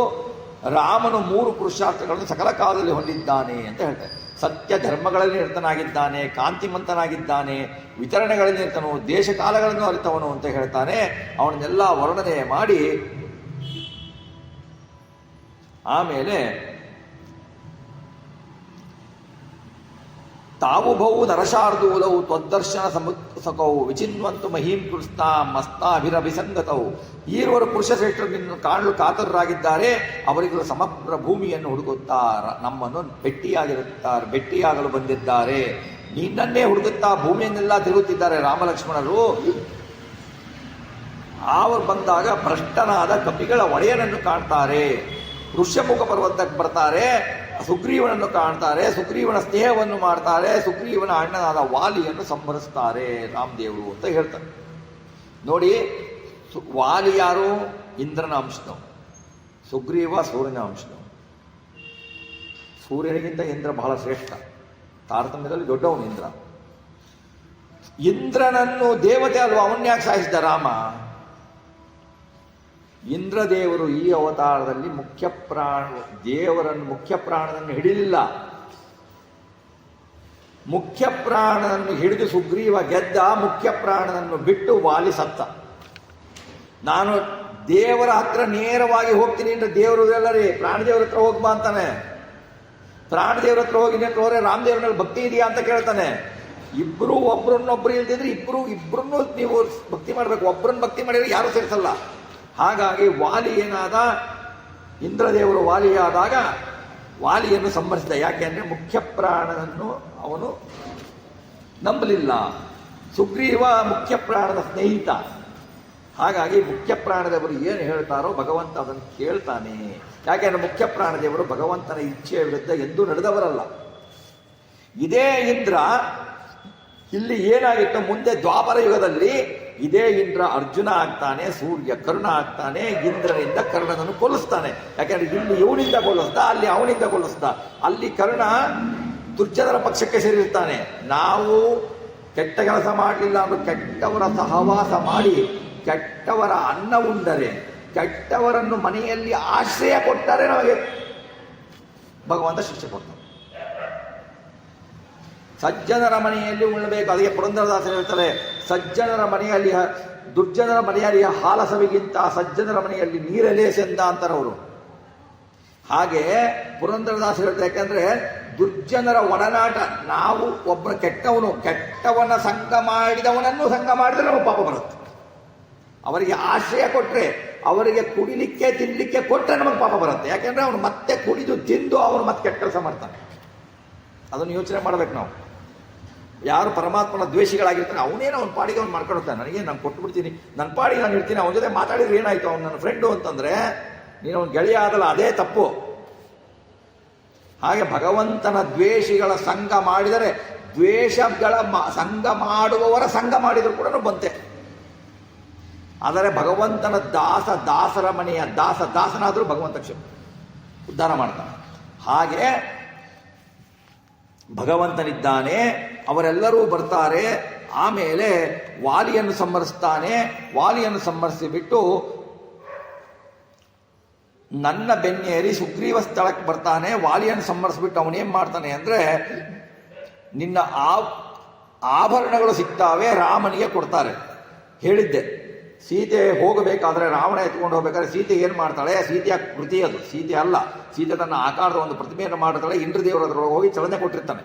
ರಾವಣ ಸೀತೆಯನ್ನು ಹೊತ್ಕೊಂಡು ಹೋಗ್ಲಿಕ್ಕಾಗಲ್ಲ. ಹಾಗಾಗಿ ಸೀತೆ ಕೈಲಾಸದಲ್ಲಿ ಶಿವನಿಂದ ಪೂಜಿತರಾಗಿ ಅಲ್ಲಿ ಕೂತಿರ್ತಾಳೆ, ಲಕ್ಷ್ಮೀದೇವಿ. ಹಾಗಾಗಿ ಸೀತೆಯ ಆಭರಣ ಇದೆಲ್ಲ ಎರಡು ಮಾಡ್ತಾಳೆ ಸೀತೆ. ಎರಡು ಅಂದರೆ ಎರಡು ರೂಪದ ಆಭರಣಗಳು. ಒಂದು ತನ್ನ ಮೈ ಮೇಲಿರುತ್ತೆ, ಒಂದನ್ನು ಕೃತಿಗೆ ಹಾಕ್ತಾಳೆ. ಎಲ್ಲ ಕೃತಿ ಅಂದರೆ ಆಕಾರದ ಪ್ರತಿಮೆ, ಆ ಪ್ರತಿಮೆಗೆ ಹಾಕ್ತಾಳೆ. ಅದನ್ನೇನು ಕೆಳಗೆ ಹಾಕ್ತಾಳಲ್ಲ ಅವಳು, ರಾವಣ ಕರ್ಕೊಂಡು ಹೋಗ್ಬೇಕಾದ್ರೆ ಅದು ಎರಡನೇ ಕೃತಿದು ಹಾಕ್ತಾಳೆ. ಚೂಡಾಮಣಿಯನ್ನು ಬಿಟ್ಟಿರ್ತಾಳೆ.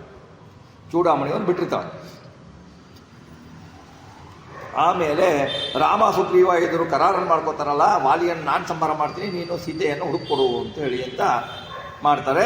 ಇದನ್ನೆಲ್ಲ ಕಥೆ ಹೇಳ್ತಾನೆ ಹನುಮಂತೇವರು. ನಿನಗೆ ಸುಗ್ರೀವನಿಗೆ ಹೇಗೆ ಆಯಿತು ಸಂಬಂಧ, ನಿನ್ನ ರಾಮನ ಹೇಗೆ ಭೇಟಿ ಆದರೆ, ನೀವು ಬರೀ ಸುಳ್ಳು ಹೇಳ್ತಿದ್ರೆ ಏನು ಅಂತೇಳಿ ಸೀತಾದೇವಿ ಎಲ್ಲ ಕೇಳ್ತಾಳೆ. ಅವನು ಎಲ್ಲ ಹೇಳ್ತಾನೆ. ಆಮೇಲೆ 1 ತಿಂಗಳು ಟೈಮ್ ಕೊಟ್ಟಿದ್ದ ಸುಗ್ರೀವ. 29 ದಿವಸ ಆಗೋಗಿತ್ತು. ನಾವೆಲ್ಲ ಪ್ರಾಣ ಬಿಡ್ಲಿಕ್ಕೆ ರೆಡಿಯಾಗಿದ್ವಿ. ಆಮೇಲೆ ಹೇಗೋ ನಾನು ಹಾರ್ತೀನಿ ಅಂತ ಹೇಳ್ಬಿಟ್ಟು ನಾನು ಬಂದೆ ನಿಮ್ಮನ್ನು ಹುಡುಕೊಂಡು ಅಂತ ಹೇಳ್ತಾನೆ.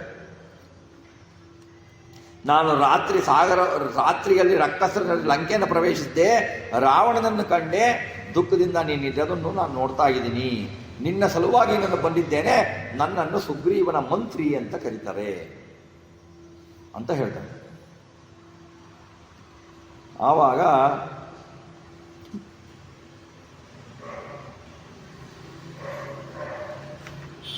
ಬೇಗನೆ ಬಂದು ನಿನ್ನ ಪತಿಯ ಗುಣಗಳನ್ನು ಹೇಳಿದನು.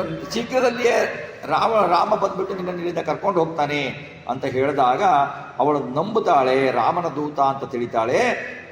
ಬಹಳ ಸಂತೋಷ ಆಗುತ್ತೆ ಸೀತೆಗೆ. ಯಾರಾದರೂ ಪತಿ ಪತ್ನಿಯರು ವಿಯೋಗ ಹೊಂದಿದಾಗ ಡೈವರ್ಸ್ ಅಲ್ಲ, ಏನೋ ಹೋಗಿರ್ತಾರೆ ದೂರ, ಆವಾಗ ಹೋದಾಗ ಯಾರಾದರೂ ಅವರು ಹೇಗಿದ್ದಾರೆ ಗೊತ್ತಿಲ್ಲದಾಗ ಯಾರಾದರೂ ಹೇಳಿದ್ರೆ ಎಷ್ಟು ಸಂತೋಷ ಆಗತ್ತೋ ಅಷ್ಟು ಸಂತೋಷ ಸೀತೆ ಪಡ್ತಾಳೆ. ಅಂದರೆ ಸೀತೆಗೆ ವಿಯೋಗ ಇಲ್ಲ, ಸೀತಾಕೃತಿ ಸೀತೆಗೆ ವಿಯೋಗ ಇಲ್ಲ, ಆ ಥರ ವಿಡಂಬನೆ ಮಾಡ್ತಾಳೆ. ಇದನ್ನು ಯಾಕೆ ಮತ್ತೆ ಮತ್ತೆ ಹೇಳ್ತೀನಿ ಅಂದರೆ, ಈ ಕಥೆಯಲ್ಲಿ ಸೀತೆ ಹೊತ್ತು ರಾಮ ಅತ್ತ ಅನ್ನೋದನ್ನು ತಿಳ್ಕೊಂಡ್ರೆ ನಾವು ಪ್ರವಚನ ಕೇಳಿದ್ದು ವೇಸ್ಟ್, ಅದು ಅಧಪತನಕ್ಕೆ ಹೋಗೋದು. ಅದಕ್ಕೋಸ್ಕರ ಹೇಳ್ತಾ ಇರ್ತೀನಿ. ನೀನು ಎಲ್ಲನೂ ಹೇಳಿದೆ ನಮ್ಮ ಸೀತಾ, ನೀನು ನಂಬು ನನ್ನನ್ನು, ನಾನು ಏನನ್ನು ಮಾಡಿದ್ರೆ ನನಗೆ ಸಮ್ಮತ ಆಗುವುದು ಅಂತ ಕೇಳ್ತಾನೆ.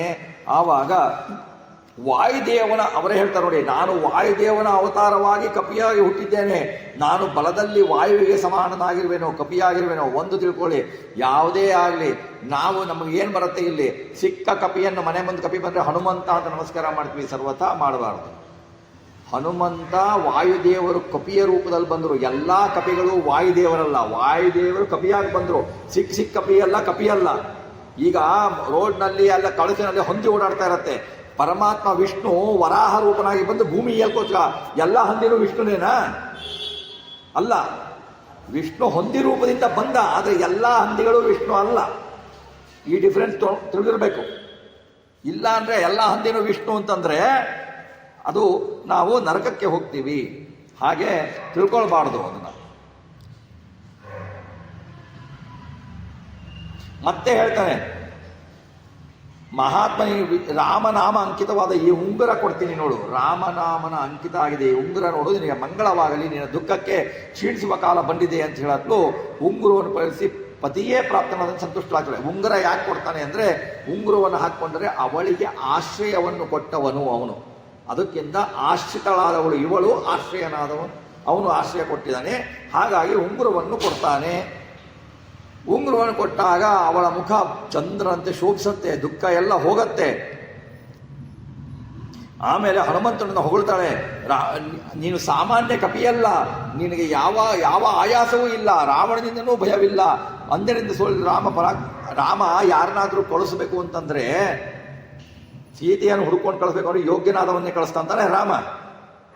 ಯಾರಿಗೋ ಕೊಟ್ಟು ಕಳಿಸ್ಬಿಟ್ರೆ ಅವನು ಉಂಗುರ ಸಿಕ್ಕ ತೊಗೊಂಡೋಗ್ಬಿಟ್ರೆ ಏನು ಮಾಡ್ತೀರಾ? ಅಥವಾ ಅವನು ರಾಮ ಬೇಕಾದ್ರೆ ಹುಡುಕ್ತಾನೆ ಅಂತೇಳಿ ಎಲ್ಲೋ ಹೋಗ್ಬಿಟ್ರೆ ಏನು ಮಾಡ್ತೀರಾ? ಸೀತೆಯನ್ನು ಬೇಕಾದ್ರೆ ಅವನು ಹುಡ್ಕೋತಾನೆ ಅಂತ ಬಿಟ್ಬಿಟ್ರೆ, ಅಥವಾ ಸೀತೆ ಹತ್ರ ಹೋಗದೇ ಇಲ್ದಿದ್ರೆ ಪಾಪ ಹೋಗ್ಲಿಕ್ಕಾಗಲ್ಲ, ರಾಮನಿಗೆ ಗೊತ್ತು ಹೋಗ್ಲಿಕ್ಕಾಗಲ್ಲ, ವಾಯುದೇವರನ್ನು ಬಿಟ್ಟರೆ ಬೇರೆ ಯಾರು ಅಂತ ಕಳಿಸಿದ್ರೆ ಆಗಲ್ಲ. ಯಾಕೆಂದ್ರೆ ವೀರ್ಯವಾನ್ ಹನುಮಂತ ಆರಂಭ ಮಾಡಿದ ಕಾರ್ಯವನ್ನು ಅಂತ್ಯ ಮಾಡುವುದು ವೀರ್ಯ ಅಂತ ಹೆಸರು ಶಾರದಲ್ಲಿ. ಆ ವೀರ್ಯತ್ವ ಇರುವುದು ಭಗವಂತನ ಬಿಟ್ಟರೆ ಪ್ರಾಣದೇವರಲ್ಲಿ.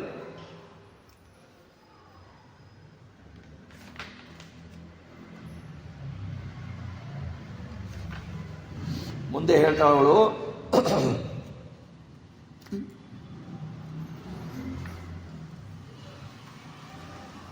ರಾಮ ಎಷ್ಟು ವಿಡಂಬನೆ ಮಾಡ್ತಾನೆ ಅಂದರೆ, ದೃಷ್ಟ್ವಾ ಫಲಂ ವಾ ಪುಷ್ಪಂ ವಾ ಯದ್ವಾನ್ಯತ್ ಸುಮನೋಹರಂ ಬಹುಶೋಹ ಪ್ರಿಯತ್ಯೇವಂ ಸ್ವಸಂಸ್ತ್ವಾಮಭಿಶಾಸತೆ. ರಾಮ ಹಣ್ಣನ್ನಾಗಲಿ ಹೂವನ್ನಾಗಲಿ ಇನ್ನಾವುದೇ ಸುಂದರ ವಸ್ತುವನ್ನಾಗಲಿ ನೋಡೋದೇ ಇಲ್ಲ, ನಿಟ್ಟುಸಿರು ಬಿಡುತ್ತಾ ಮತ್ತೆ ಮತ್ತೆ ಹಾ ಪ್ರಿಯೇ ಅಂತ ಬಳಲ್ತಾ ಇದ್ದಾನೆ, ನಿನ್ನ ಹೆಸರಿನಿಂದ ಬಡಬಡಿಸ್ತಾ ಇದ್ದಾನೆ, ಕನವರ್ಸ್ತಾ ಇದ್ದಾನೆ. ಈ ರಾಮಾಯಣದ ಕಥೆಗಳಾಗಲಿ, ಕೃಷ್ಣದ ಭಗವಂತನ ಬಗ್ಗೆ ಇರೋ ಕಥೆಗಳನ್ನಾಗಲಿ ಇವರು ಯಾಕೆ ಹೀಗೆ ಮಾಡ್ತಾರೆ ಅಂದರೆ, ಇದನ್ನು ತಿಳಿದಿರುವ ಅಧಮ ಜನರು ಅಧಕ್ಕೋಗಲಿ, ಅಧಪತನ ಹೊಂದಲಿ. ರಾಮನು ಪರಮಾತ್ಮ ಅಂತ ಯಾರು ತಿಳ್ಕೊಂಡಿರ್ತಾರೋ ದೇವರನ್ನು, ಅವರು ಚೆನ್ನಾಗಿ ಅರ್ಥ ಮಾಡ್ಕೊಳ್ಳಿ ಅಂತ ಈ ಥರ ಗುಹ್ಯ ಹತ್ರ ಇಟ್ಟಿರ್ತಾನೆ. ಯಾಕೆಂದರೆ ಅವರು ಹಣ್ಣುಗಳನ್ನು ಹೂಗಳನ್ನು ತಿನ್ನಲ್ಲ ರಾಮ. ಅವನು ಪ್ರಾಕೃತ ವಸ್ತುಗಳನ್ನು ಯಾವುದನ್ನು ತಿನ್ನಲ್ಲ, ಮನುಷ್ಯನಾಗಿದ್ದರಿಂದ ತಗೊಳ್ಳಂಗೆ ಮಾಡ್ತಾನೆ. ಆದರೆ ರಾಮನಿಗೆ ಶೋಕ ಎಲ್ಲಿಂದ ಬಂತು, ರಾಮನಿಗೆ ಸೀತೆಯ ವಿಯೋಗ ಎಲ್ಲಿಂದ ಬಂತು? ಜನರು ಹೇಗೆ ಅತೀ ಮೋಹದಿಂದ, ಅತೀ ವ್ಯಾಮೋಹದಿಂದ, ಅತೀ ಸಂಬಂಧದಿಂದ ಹೇಗೆ ತನಗೆ ಪ್ರಿಯರಾದವರು ಸಿಗದಿದ್ದಾಗ, ಕಾಣದಿದ್ದಾಗ ಹೇಗೆ ದುಃಖ ಪಡ್ತಾರೆ ಅಂತ ತೋರಿಸ್ಲಿಕ್ಕೋಸ್ಕರ ರಾಮದೇವರು ಮಾಡಿದ್ದರು. ಜನರು ಹೀಗೆ ಮಾಡ್ತಾರೆ, ಮೂರ್ಖ ಜನರು ಅಂತ ತೋರಿಸ್ಲಿಕ್ಕೆ ಮಾಡಿದ್ದು.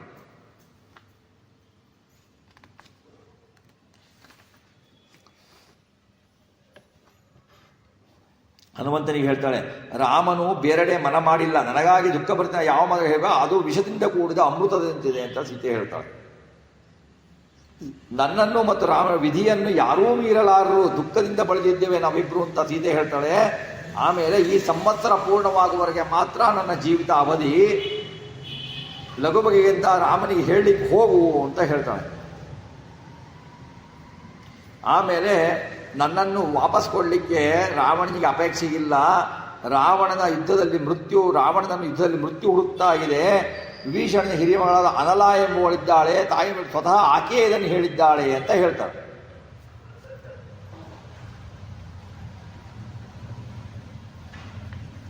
ಆಮೇಲೆ ಮುಂದೆ ಹೀಗೆ ವರ್ಣನೆ ಮಾಡ್ತಾರೆ.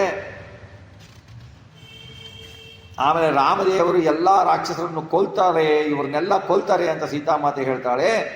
ನೀನು ಹೋಗಿಬಿಟ್ಟು ನಿನ್ನ ನೋಡಕ್ಕಾದ್ರೂ ಆಶ್ರಮದಲ್ಲಿ ಮಹಾಬಲ ರಾಘವನಿಗೆ ಹಿಂದೆ ನೋಡುವಿ ಅಂತೆ ಅಂತ ಹೇಳಿಬಿಟ್ಟು ಹನುಮಂತ ದೇವರು ಹೇಳ್ತಾರೆ, ತದ್ದರ್ಶನ ಕುತೋತ್ಸಾಹ ಆಶ್ರಮಸ್ಥಂ ಮಹಾಬಲಂ ಪುರಂದರ ನಿವಾಸೀನಾಂ ನಾಗರಾಜಸ್ಯ ಮೂರ್ಧನಿ.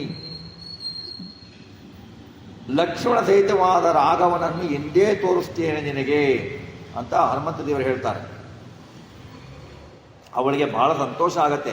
ಹಾದಿ ತುಂಬ ದೂರ ಇದೆಯಲ್ಲ, ನನ್ನನ್ನು ಹೆಂಗೆ ಕರ್ಕೊಂಡು ಹೋಗ್ತೀಯ ನೀನು?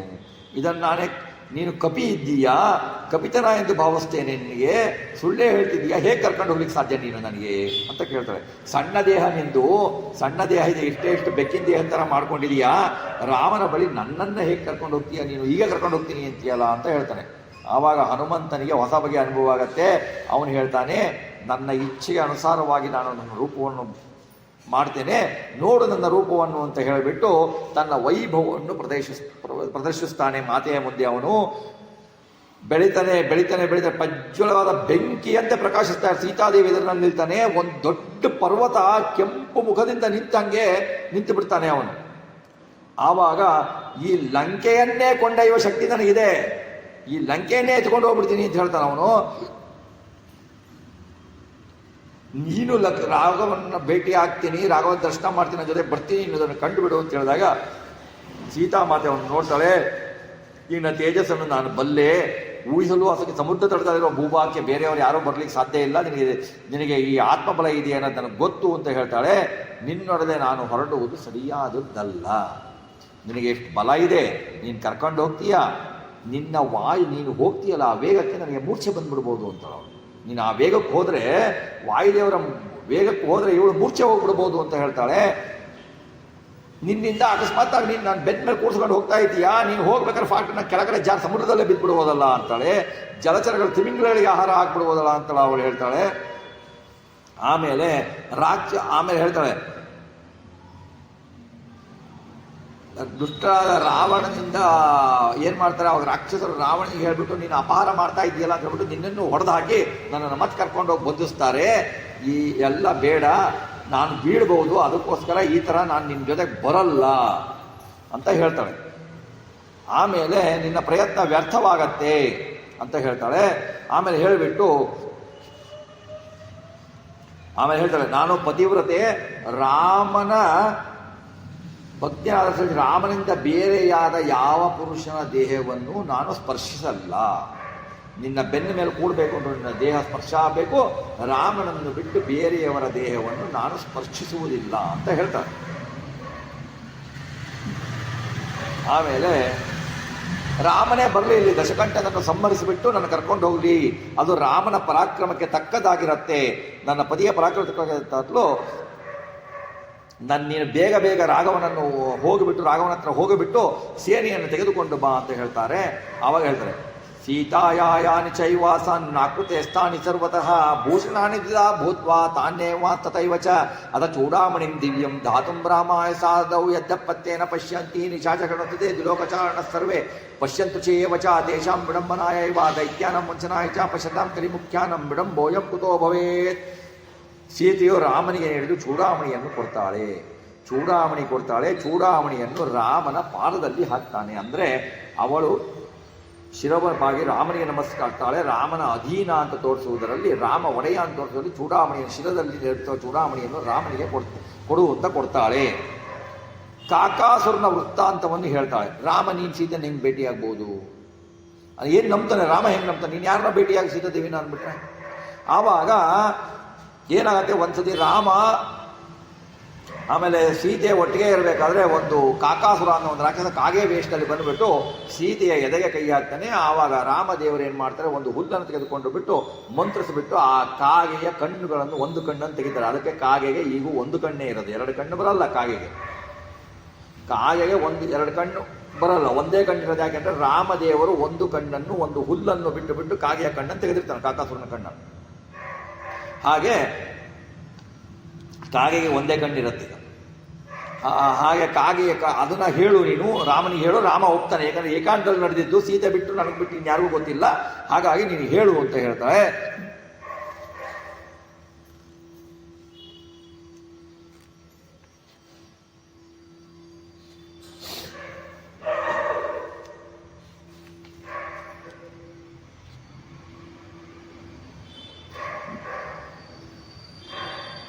ಆಮೇಲೆ ನಾನು ಆಯಾಸಗೊಂಡು ರಾಘವನ ತುಡಿಯಲ್ಲಿ ತುಂಬಾ ಹೊತ್ತು ಮಲಗಿದ್ದೆ, ಭರತ ಅಣ್ಣನ ತುಡಿಯಲ್ಲಿ ವಿಶ್ರಮಿಸಿದೆ. ಹೀಗೆ ಒಬ್ಬರಾದ ಮೇಲೆ ಒಬ್ಬರತ್ತು ವಿಶ್ರಮಿಸಿದ್ದವು. ಅಂತರದಲ್ಲಿ ಇಲ್ಲಿಗೆ ಪುನಃ ಕಾಗೆ ಬಂತು. ಆ ಕಾಗೆ ವೃತ್ತಾಂತವನ್ನೇ ಹೇಳ್ತಾಳೆ ಅವಳು. ಕಾಗೆ ವೃತ್ತಾಂತವನ್ನು ಬಹಳ ಚೆನ್ನಾಗಿ ವರ್ಣನೆ ಮಾಡಿದ್ದಾರೆ ವಾಲ್ಮೀಕಿ ಋಷಿಗಳು. ಹಾಗಾಗಿ ಕಾಗೆಯನ್ನು, ಹುಲ್ಲಿನ ಬಿಟ್ಟು ಅದರ ಕಣ್ಣನ್ನು ಕಡಿತಾನೆ ರಾಮದೇವರು. ಹಾಗಾಗಿ ಆ ವಿಷಯವನ್ನು ಹೇಳು ಅಂತ ಹೇಳಲು ಅನಂತರದಲ್ಲಿ ಹನುಮಂತ ದೇವರು ಹೇಳ್ತಾರೆ, ರಾಮನು ನಿನ್ನ ದುಃಖದಿಂದ ವಿಮುಖನಾಗಿದ್ದಾನೆ, ರಾಮನು ದುಃಖಿತನಾಗಲು ಲಕ್ಷ್ಮಣನು ದುಃಖ ಪಡ್ತಾ ಇದ್ದಾನೆ. ಲಕ್ಷ್ಮಣ ಹೇಗೆ ಅಂತಂದ್ರೆ, ಲಕ್ಷ್ಮಣನು ಎಂತಹ ಗುಣವಂತ ಅಂದ್ರೆ, ಸೀತೆಯ ಆಭರಣಗಳನ್ನು ನೀನು ನೋಡಿದ್ದೀಯಾ ಅಂತ ಕೇಳಿದರೆ ಸೀತೆಯನ್ನು ಅವನು ಹೇಳ್ತಾನೆ, ನಾನು ಸೀತಾಮಾತೆಯನ್ನು ತಲೆ ಎತ್ತಿ ನೋಡಿ, ಸೀತೆಯು ಹಾಕಿಕೊಂಡಿರುವ ಕಾಲುಂಗರ ನೋಡಿದ್ದೇನೆ, ಸೀತೆಯ ಕಾಲನ್ನು ಮಾತ್ರ ನಾನು ನೋಡ್ತೀನಿ, ಸೀತೆಯನ್ನು ಕಣ್ಣೆತ್ತಿ ನಾನು ಇದುವರೆಗೂ ನೋಡಿಲ್ಲ ಅಂತ ಲಕ್ಷ್ಮಣ ಹೇಳ್ತಾನೆ. ಇಂತಹ ಲಕ್ಷ್ಮಣ ಅವನು ಅಂತ ಸೇವಕ ಅವನು. ಅಷ್ಟು ವರ್ಷ ಜೊತೆಗಿದ್ರು ಕೂಡ ಸೀತೆಯನ್ನು ಅವನು ಕಾಲಿನ ಉಂಗುರ ನೋಡ್ತಾನೆ, ಬೇರೆ ಆಭರಣ ಸೀತೆಯನ್ನು ಕಾಲು ಬಿಟ್ಬಿಟ್ಟು ಬೇರೆ ಮೇಲೆ ನೋಡೇ ಇಲ್ಲ ಅವನು. ಆ ತರಹ ನಿಷ್ಠೆ ಇದ್ದವನು ಅವನು ಲಕ್ಷ್ಮಣ. ಅವನು ಚೆನ್ನಾಗಿದ್ದಾನೆ. ಎಲ್ಲರನ್ನೂ ಸೌಖ್ಯವಾಗಿದ್ದಾರಾ ಕೇಳು, ನೀನೇ ಸಮರ್ಥ, ನೀನು ಹೋಗಿ ನಿನ್ನ ಪ್ರೇರಣೆಯಿಂದ ರಾಘವನ ನನಗಾಗಿ ಪ್ರಯತ್ನ ಮಾಡಬೇಕು ಅಂತ ಹೇಳಿಬಿಡು. ಆವಾಗ ಅವಳು ಚೂಡಾಮಣಿಯನ್ನು ಸ್ವೀಕರಿಸಿ ಹಿರಿಯ ಬೆಟ್ಟದ ಅಂತ ಹಗುರಗೊಂಡ ಮನದ ಹನುಮ ಹಿಂದಿರುಗಲು ಹೆಜ್ಜೆ ಇಡ್ತಾನೆ. ಮಣಿಂ ದತ್ವಾ ರತಃ ಸೀತಾ ಹನುಮಂತ ಮತಾಬ್ರವೀತ್ ಅಭಿಜ್ಞಾನಮಭಿಜ್ಞಾತಾಂ ಏತದ್ರಾಮಸೀತ್ವತಃ.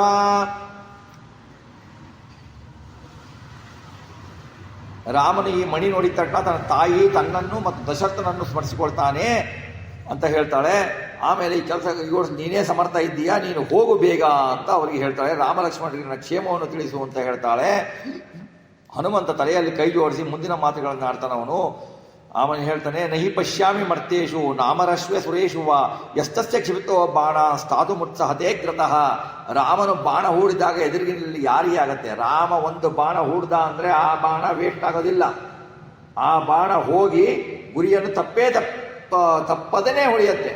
ಅವನು ತಾಳೆ ಮರಗಳನ್ನು ಬಿಟ್ಟಾಗ ತಾಳೆ ಮರವನ್ನು ಕತ್ತರಿಸಿ 7 ತಾಳೆ ಮರ ಕೆಳಗಿರುವ ಪಾತಾಳ ಲೋಕದಲ್ಲಿರುವ ಅಸುರರನ್ನು ಸಂಹರಿಸ್ತದು. ಗುರಿ ಮುಟ್ಟದೆ ರಾಮನ ಬಾಣ ಬರೋದಿಲ್ಲ.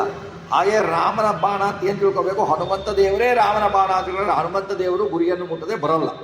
ಹಾಗೆ ತಿಳ್ಕೊಳ್ಬೇಕು.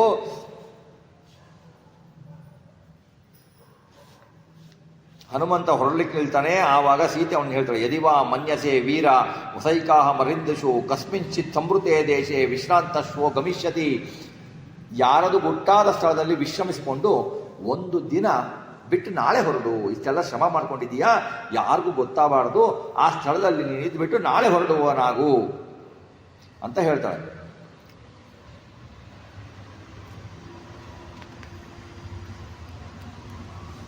ರಾಮದೇವರೇ ನನ್ನ ಕೊಂಡೊಯ್ಲಿ. ಆವಾಗ ರಾವಣ ಪರಾಕ್ರಮ ಗೊತ್ತಾಗತ್ತೆ ರಾವಣನಿಗೆ ಅಂತ ಹೇಳ್ತಾಳೆ.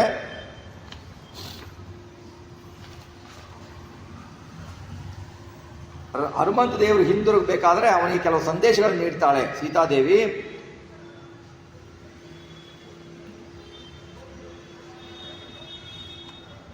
ಅವನಿಗೆಲ್ಲ ನೆನಪಿಸು ಅಂತ ಮತ್ತೆ ಹೇಳ್ತಾಳೆ. ಕಾಗೆದ ವಿಷಯವನ್ನು ನೆನಪಿಸು ಅಂತ ಹೇಳ್ತಾಳೆ.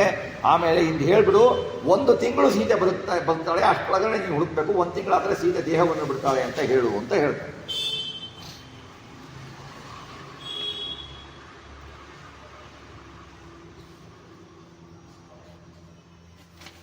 ಆಮೇಲೆ ಅವನು ಹೇಳ್ತಾನೆ, ರಾಮ ಬಂದ್ಬಿಟ್ಟು ರಾಕ್ಷಸನೆಲ್ಲ ಸಂಹಾರ ಮಾಡ್ತಾನೆ, ಯೋಚನೆ ಮಾಡಬೇಡ ಅಂತ ಹೇಳ್ತಾನೆ. ಆವಾಗ ಆ ಮಣಿಯನ್ನು ತೆಗೆದುಕೊಂಡು ಹನುಮಂತ ದೇವರು ಹೊರಡಲಿಕ್ಕೆ ಸಿದ್ಧ ಆಗ್ತಾರೆ. ಆವಾಗ ಸೀತಾದೇವಿ ಕಣ್ಣೀರಿನಿಂದ ಜನಕಪುತ್ರಿ ಸೀತಾದೇವಿ ಹೇಳ್ತಾಳೆ, ಹನುಮಂತ ಸಿಂಹದಂತಿರುವ ಸಹೋದರರಾದ ರಾಮ ಕೃಷ್ಣ ಅವರನ್ನು ಅಮಾತ್ಯ ಸಹಿತ ಸುಗ್ರೀವನ ಎಲ್ಲ ಕಪಿಗಳ ಕ್ಷೇಮವನ್ನು ವಿಚಾರಿಸಿದೆ ಅಂತ ಹೇಳು ಅಂತ ಹೇಳ್ತಾಳೆ.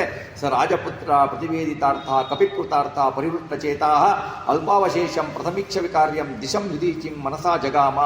ಉತ್ತರ ದಿಕ್ಕಿಗೆ ಆಲೋಚಿಸಿ ಮನಸ್ಸಿನಿಂದ ಉತ್ತರ ದಿಕ್ಕಿಗೆ ಹೋಗ್ತಾನೆ. ಆಮೇಲೆ ಹೇಳ್ತಾರೆ, ಶ್ರೀಮದ್ ಆಚಾರ್ಯ ಹೇಳ್ತಾರೆ, ಕೃತ್ವಾ ಕಾರ್ಯಮಿದಂ ಸರ್ವಂ ವಿಶಂಕ ಪವನಾತ್ಮಜ ಆತ್ಮಾವಿಷ್ಕರಣೆ ಚಿತ್ತಂ ಚಕ್ರೇ ಮಜಿಮತಾಂಬರ ಅಥವನಮಖಿಲಂ ತದ್ರಾವಣಸ್ಯಾವಲಂಪ್ಯ ಕ್ಷಿತುರ್ಹಮೇಕಂ ವಜ್ಜಯಿತ್ವಾಶು ವೀರ ಯಜನ ವಿನಾಶಂ ಕಾಂಕ್ಷಮಾಣೋತಿ ವೇಲಂ ಮುಹೂರ್ತರ ವಿನಾದಿ ತೋರಣಂ ಚಾರುರೋಹ. ಆವಾಗ ಹನುಮಂತ ದೇವರು, ನಾನು ಹಾಗೇ ಹೋದರೆ ಹೇಗಾಗತ್ತೆ? ದುಷ್ಟ ರಾವಣನನ್ನು ನಾನು ನೋಡಬೇಕು. ನಾನು ರಾವಣನ ಹತ್ರ ಹೋಗಬಾರ್ದು, ರಾವಣನೇ ನನ್ನನ್ನು ಅಲ್ಲಿ ಕರ್ಸ್ಕೊಳ್ಬೇಕು. ನಾನು ರಾವಣನ ಹತ್ರ ಹೋಗಲ್ಲ, ರಾವಣನೇ ನನ್ನ ಕರ್ಸ್ಕೊಳ್ಳೋ ಹಾಗೆ ನಾನು ಮಾಡಬೇಕು ಅಂತ ಹೇಳ್ತಾನೆ. ಹನುಮಂತ ಆ ಸ್ಥಳದಿಂದ ದೂರ ಹೊಡೆದು ಯೋಚಿಸ್ತಾನೆ. ಸೀತಾಮಾತೆಯನ್ನು ಕಂಡೆ, ಈ ಎಲ್ಲ 3 ಬಿಟ್ಬಿಟ್ಟು 4ನೇ ಉಪಾಯ, ನ ಸಾಮ ರಕ್ಷಸು ಗುಣಾಯ ಕಲ್ಪತೇನ ದಾನಮರ್ಥೋಪಚಿತೇಶು ಯುಜ್ಯತೇನ ಭೇದ ಸಾಧ್ಯ ಬಲದರ್ಪಿತ ಜನ ಪರಾಕ್ರಮಸ್ಮೇವ ಮಮೇಹ ರೋಚತೆ. ರಾಕ್ಷಸರಲ್ಲಿ ಸಾಮೋಪಾಯ ಪರಿಹಾರಕವಾಗಿ ಕಾಣೋದಿಲ್ಲ, ಸಾಮ ಉಪಾಯ ಆಗೋದಿಲ್ಲ. ಬಲಾಢ್ಯರಾದವರಲ್ಲಿ ದಾನವು ಪರಿಹಾರಕವಾಗಿರ್ತದೆ, ಬಲದಿಂದ ಕೊಬ್ಬಿರುವ ಅವರಲ್ಲಿ ಭೇದವು ಪರಿಹಾರಕವಾಗಿರಲಿಲ್ಲ. ಪರಾಕ್ರಮವೇ ಸರಿ ಅಂತ ಏನು ಮಾಡ್ತಾನೆ ಅಂದರೆ, ಆವಾಗ ಹಿಂದಿನ ಕಾರ್ಯಕ್ಕೆ ವಿರೋಧವಾದ ಅನೇಕ ಕೆಲಸಗಳನ್ನು ಸಾಧಿಸಬೇಕು, ಅಂತಹ ವ್ಯಕ್ತಿಯೇ ಕೆಲಸ ಮಾಡಲು ಯೋಗ್ಯನು ಅಂತ ತಿಳ್ಕೊಂಡ್ಬಿಟ್ಟು ಹನುಮಂತ ದೇವರು ತನ್ನ ಕಾರ್ಯವನ್ನು ಸ್ಟಾರ್ಟ್ ಮಾಡಿ ಸೀತಾಮಾತೆಯನ್ನು ಕಂಡು ರಾಮನ ಉಂಗುರವನ್ನು ಕೊಟ್ಟು ಸೀತಾಮಾತೆಯ ಚೂಡಾಮಣಿಯನ್ನು ತೆಗೆದುಕೊಂಡು ರಾಮನ ಕೊಟ್ಟ ಕಾರ್ಯವನ್ನು ಮುಗಿಸಿದ ಮೇಲೆ ತನ್ನ ಶೌರ್ಯವನ್ನು ತೋರಿಸ್ಬೇಕವನು.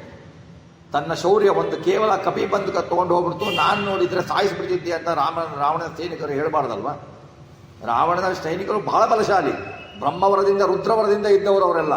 ಅವ್ರು ಹೇಳಬಾರ್ದಲ್ವ, ಕಪಿ ಬಂದು ಯಾರಿಗೂ ಗೊತ್ತಾಗಲಿದ್ದಂಗೆ ಹೋಗ್ಬಿಡ್ತು, ಇಲ್ಲಿ ನಾವಾಗಿದ್ರೆ ಸಾಯಿಸ್ಬಿಡ್ತಿದ್ವಿ ಅಂತ ಹೇಳಬಾರ್ದು.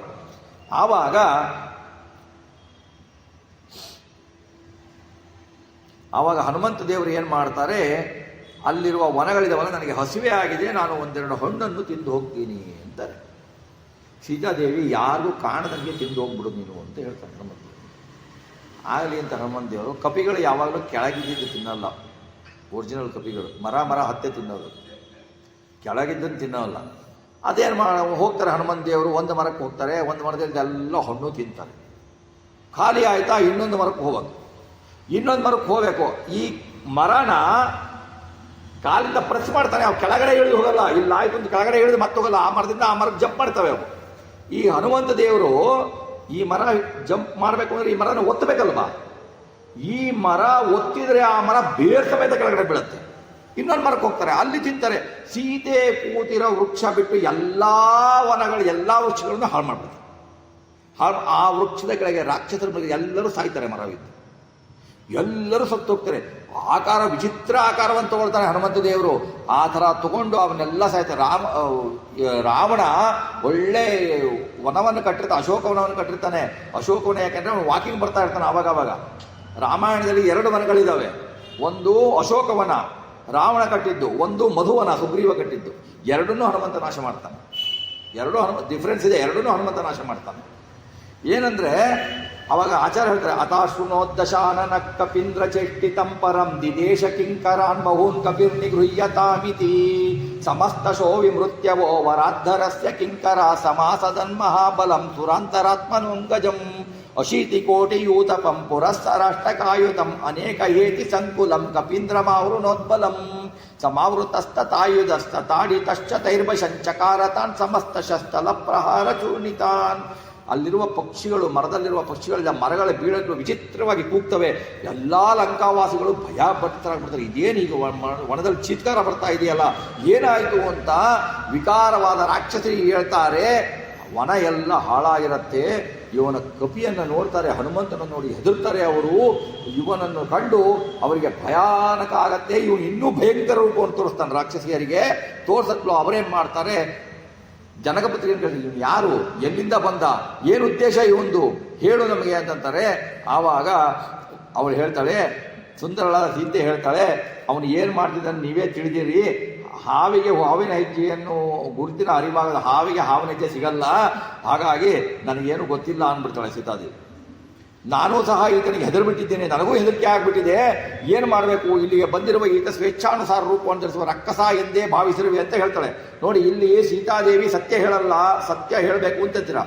ಒಂದು ಸತ್ಯ ಹೇಳಬೇಕು ಅಂದರೆ ಆ ಸತ್ಯದಿಂದ ಸಜ್ಜನರಿಗೆ ತೊಂದರೆ ಆಗತ್ತೆ ಅಂದರೆ ಆ ಸತ್ಯ ಅಲ್ಲ. ಒಂದು ಸಜ್ಜನರಿಗೆ ನೀವು ಹೇಳುವ ಸತ್ಯದಿಂದ ಪ್ರಾಣಾಪಾಯ ಆಗತ್ತೆ, ತೊಂದರೆ ಆಗತ್ತೆ ಅಂದರೆ ಆ ಸತ್ಯ ಅಲ್ಲ. ಅದೇ ಒಬ್ಬ ಕಳ್ಳ ಹೋಗ್ತಾ ಇರ್ತಾನೆ, ಅವನು ಹೋಗಬೇಕಾದ್ರೆ ಅವನು ಕಳ್ಳ ಈ ಕಡೆ ಹೋದ್ನ ಅಂತ ಹೇಳಿದ್ರೆ ಬೇರೆ ಕಡೆ ತೋರಿಸಿದ್ರೆ ಅದು ಸುಳ್ಳಾಗತ್ತೆ, ಅದು ಸತ್ಯ ಹೇಳಬೇಕು. ಸಜ್ಜನರಿಗೆ ತೊಂದರೆಯಾಗದಂತೆ ಹೇಳುವ ಸುಳ್ಳು ಸತ್ಯದಷ್ಟೇ ಉಪಯೋಗ. ಸಜ್ಜನರಿಗೆ ತೊಂದರೆ ಆಗಬಾರ್ದು, ಅದು ಸತ್ಯ. ಅದಕ್ಕೆ ಸೀತೆ ಹೇಳ್ತಾಳೆ, ಅವನು ರಾಕ್ಷಸನೇ ಇರಬಹುದು, ನನಗೆ ಗೊತ್ತಿಲ್ಲ ಅಂತ ಹೇಳ್ಬಿಡ್ತಾಳೆ ಸೀತೆ. ಅವ್ರ ರಾಕ್ಷಸರಂತೂ ದಿಕ್ಕಾಪಾಲ ಓಡ್ತಾರೆ. ಓಡ್ಬಿಟ್ಟು ಏನು ಮಾಡ್ತಾರೆ, ರಾವಣನಿಗೆ ಹೇಳಲಿಕ್ಕೆ ಹೋಗ್ತಾರೆ.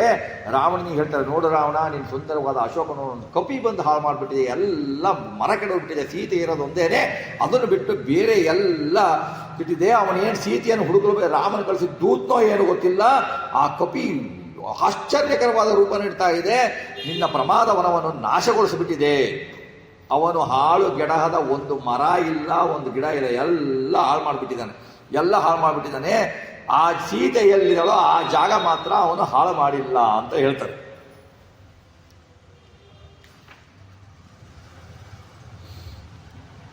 ಆವಾಗ ರಾವಣನಿಗೆ ಸಿಟ್ಟು ಬರುತ್ತೆ.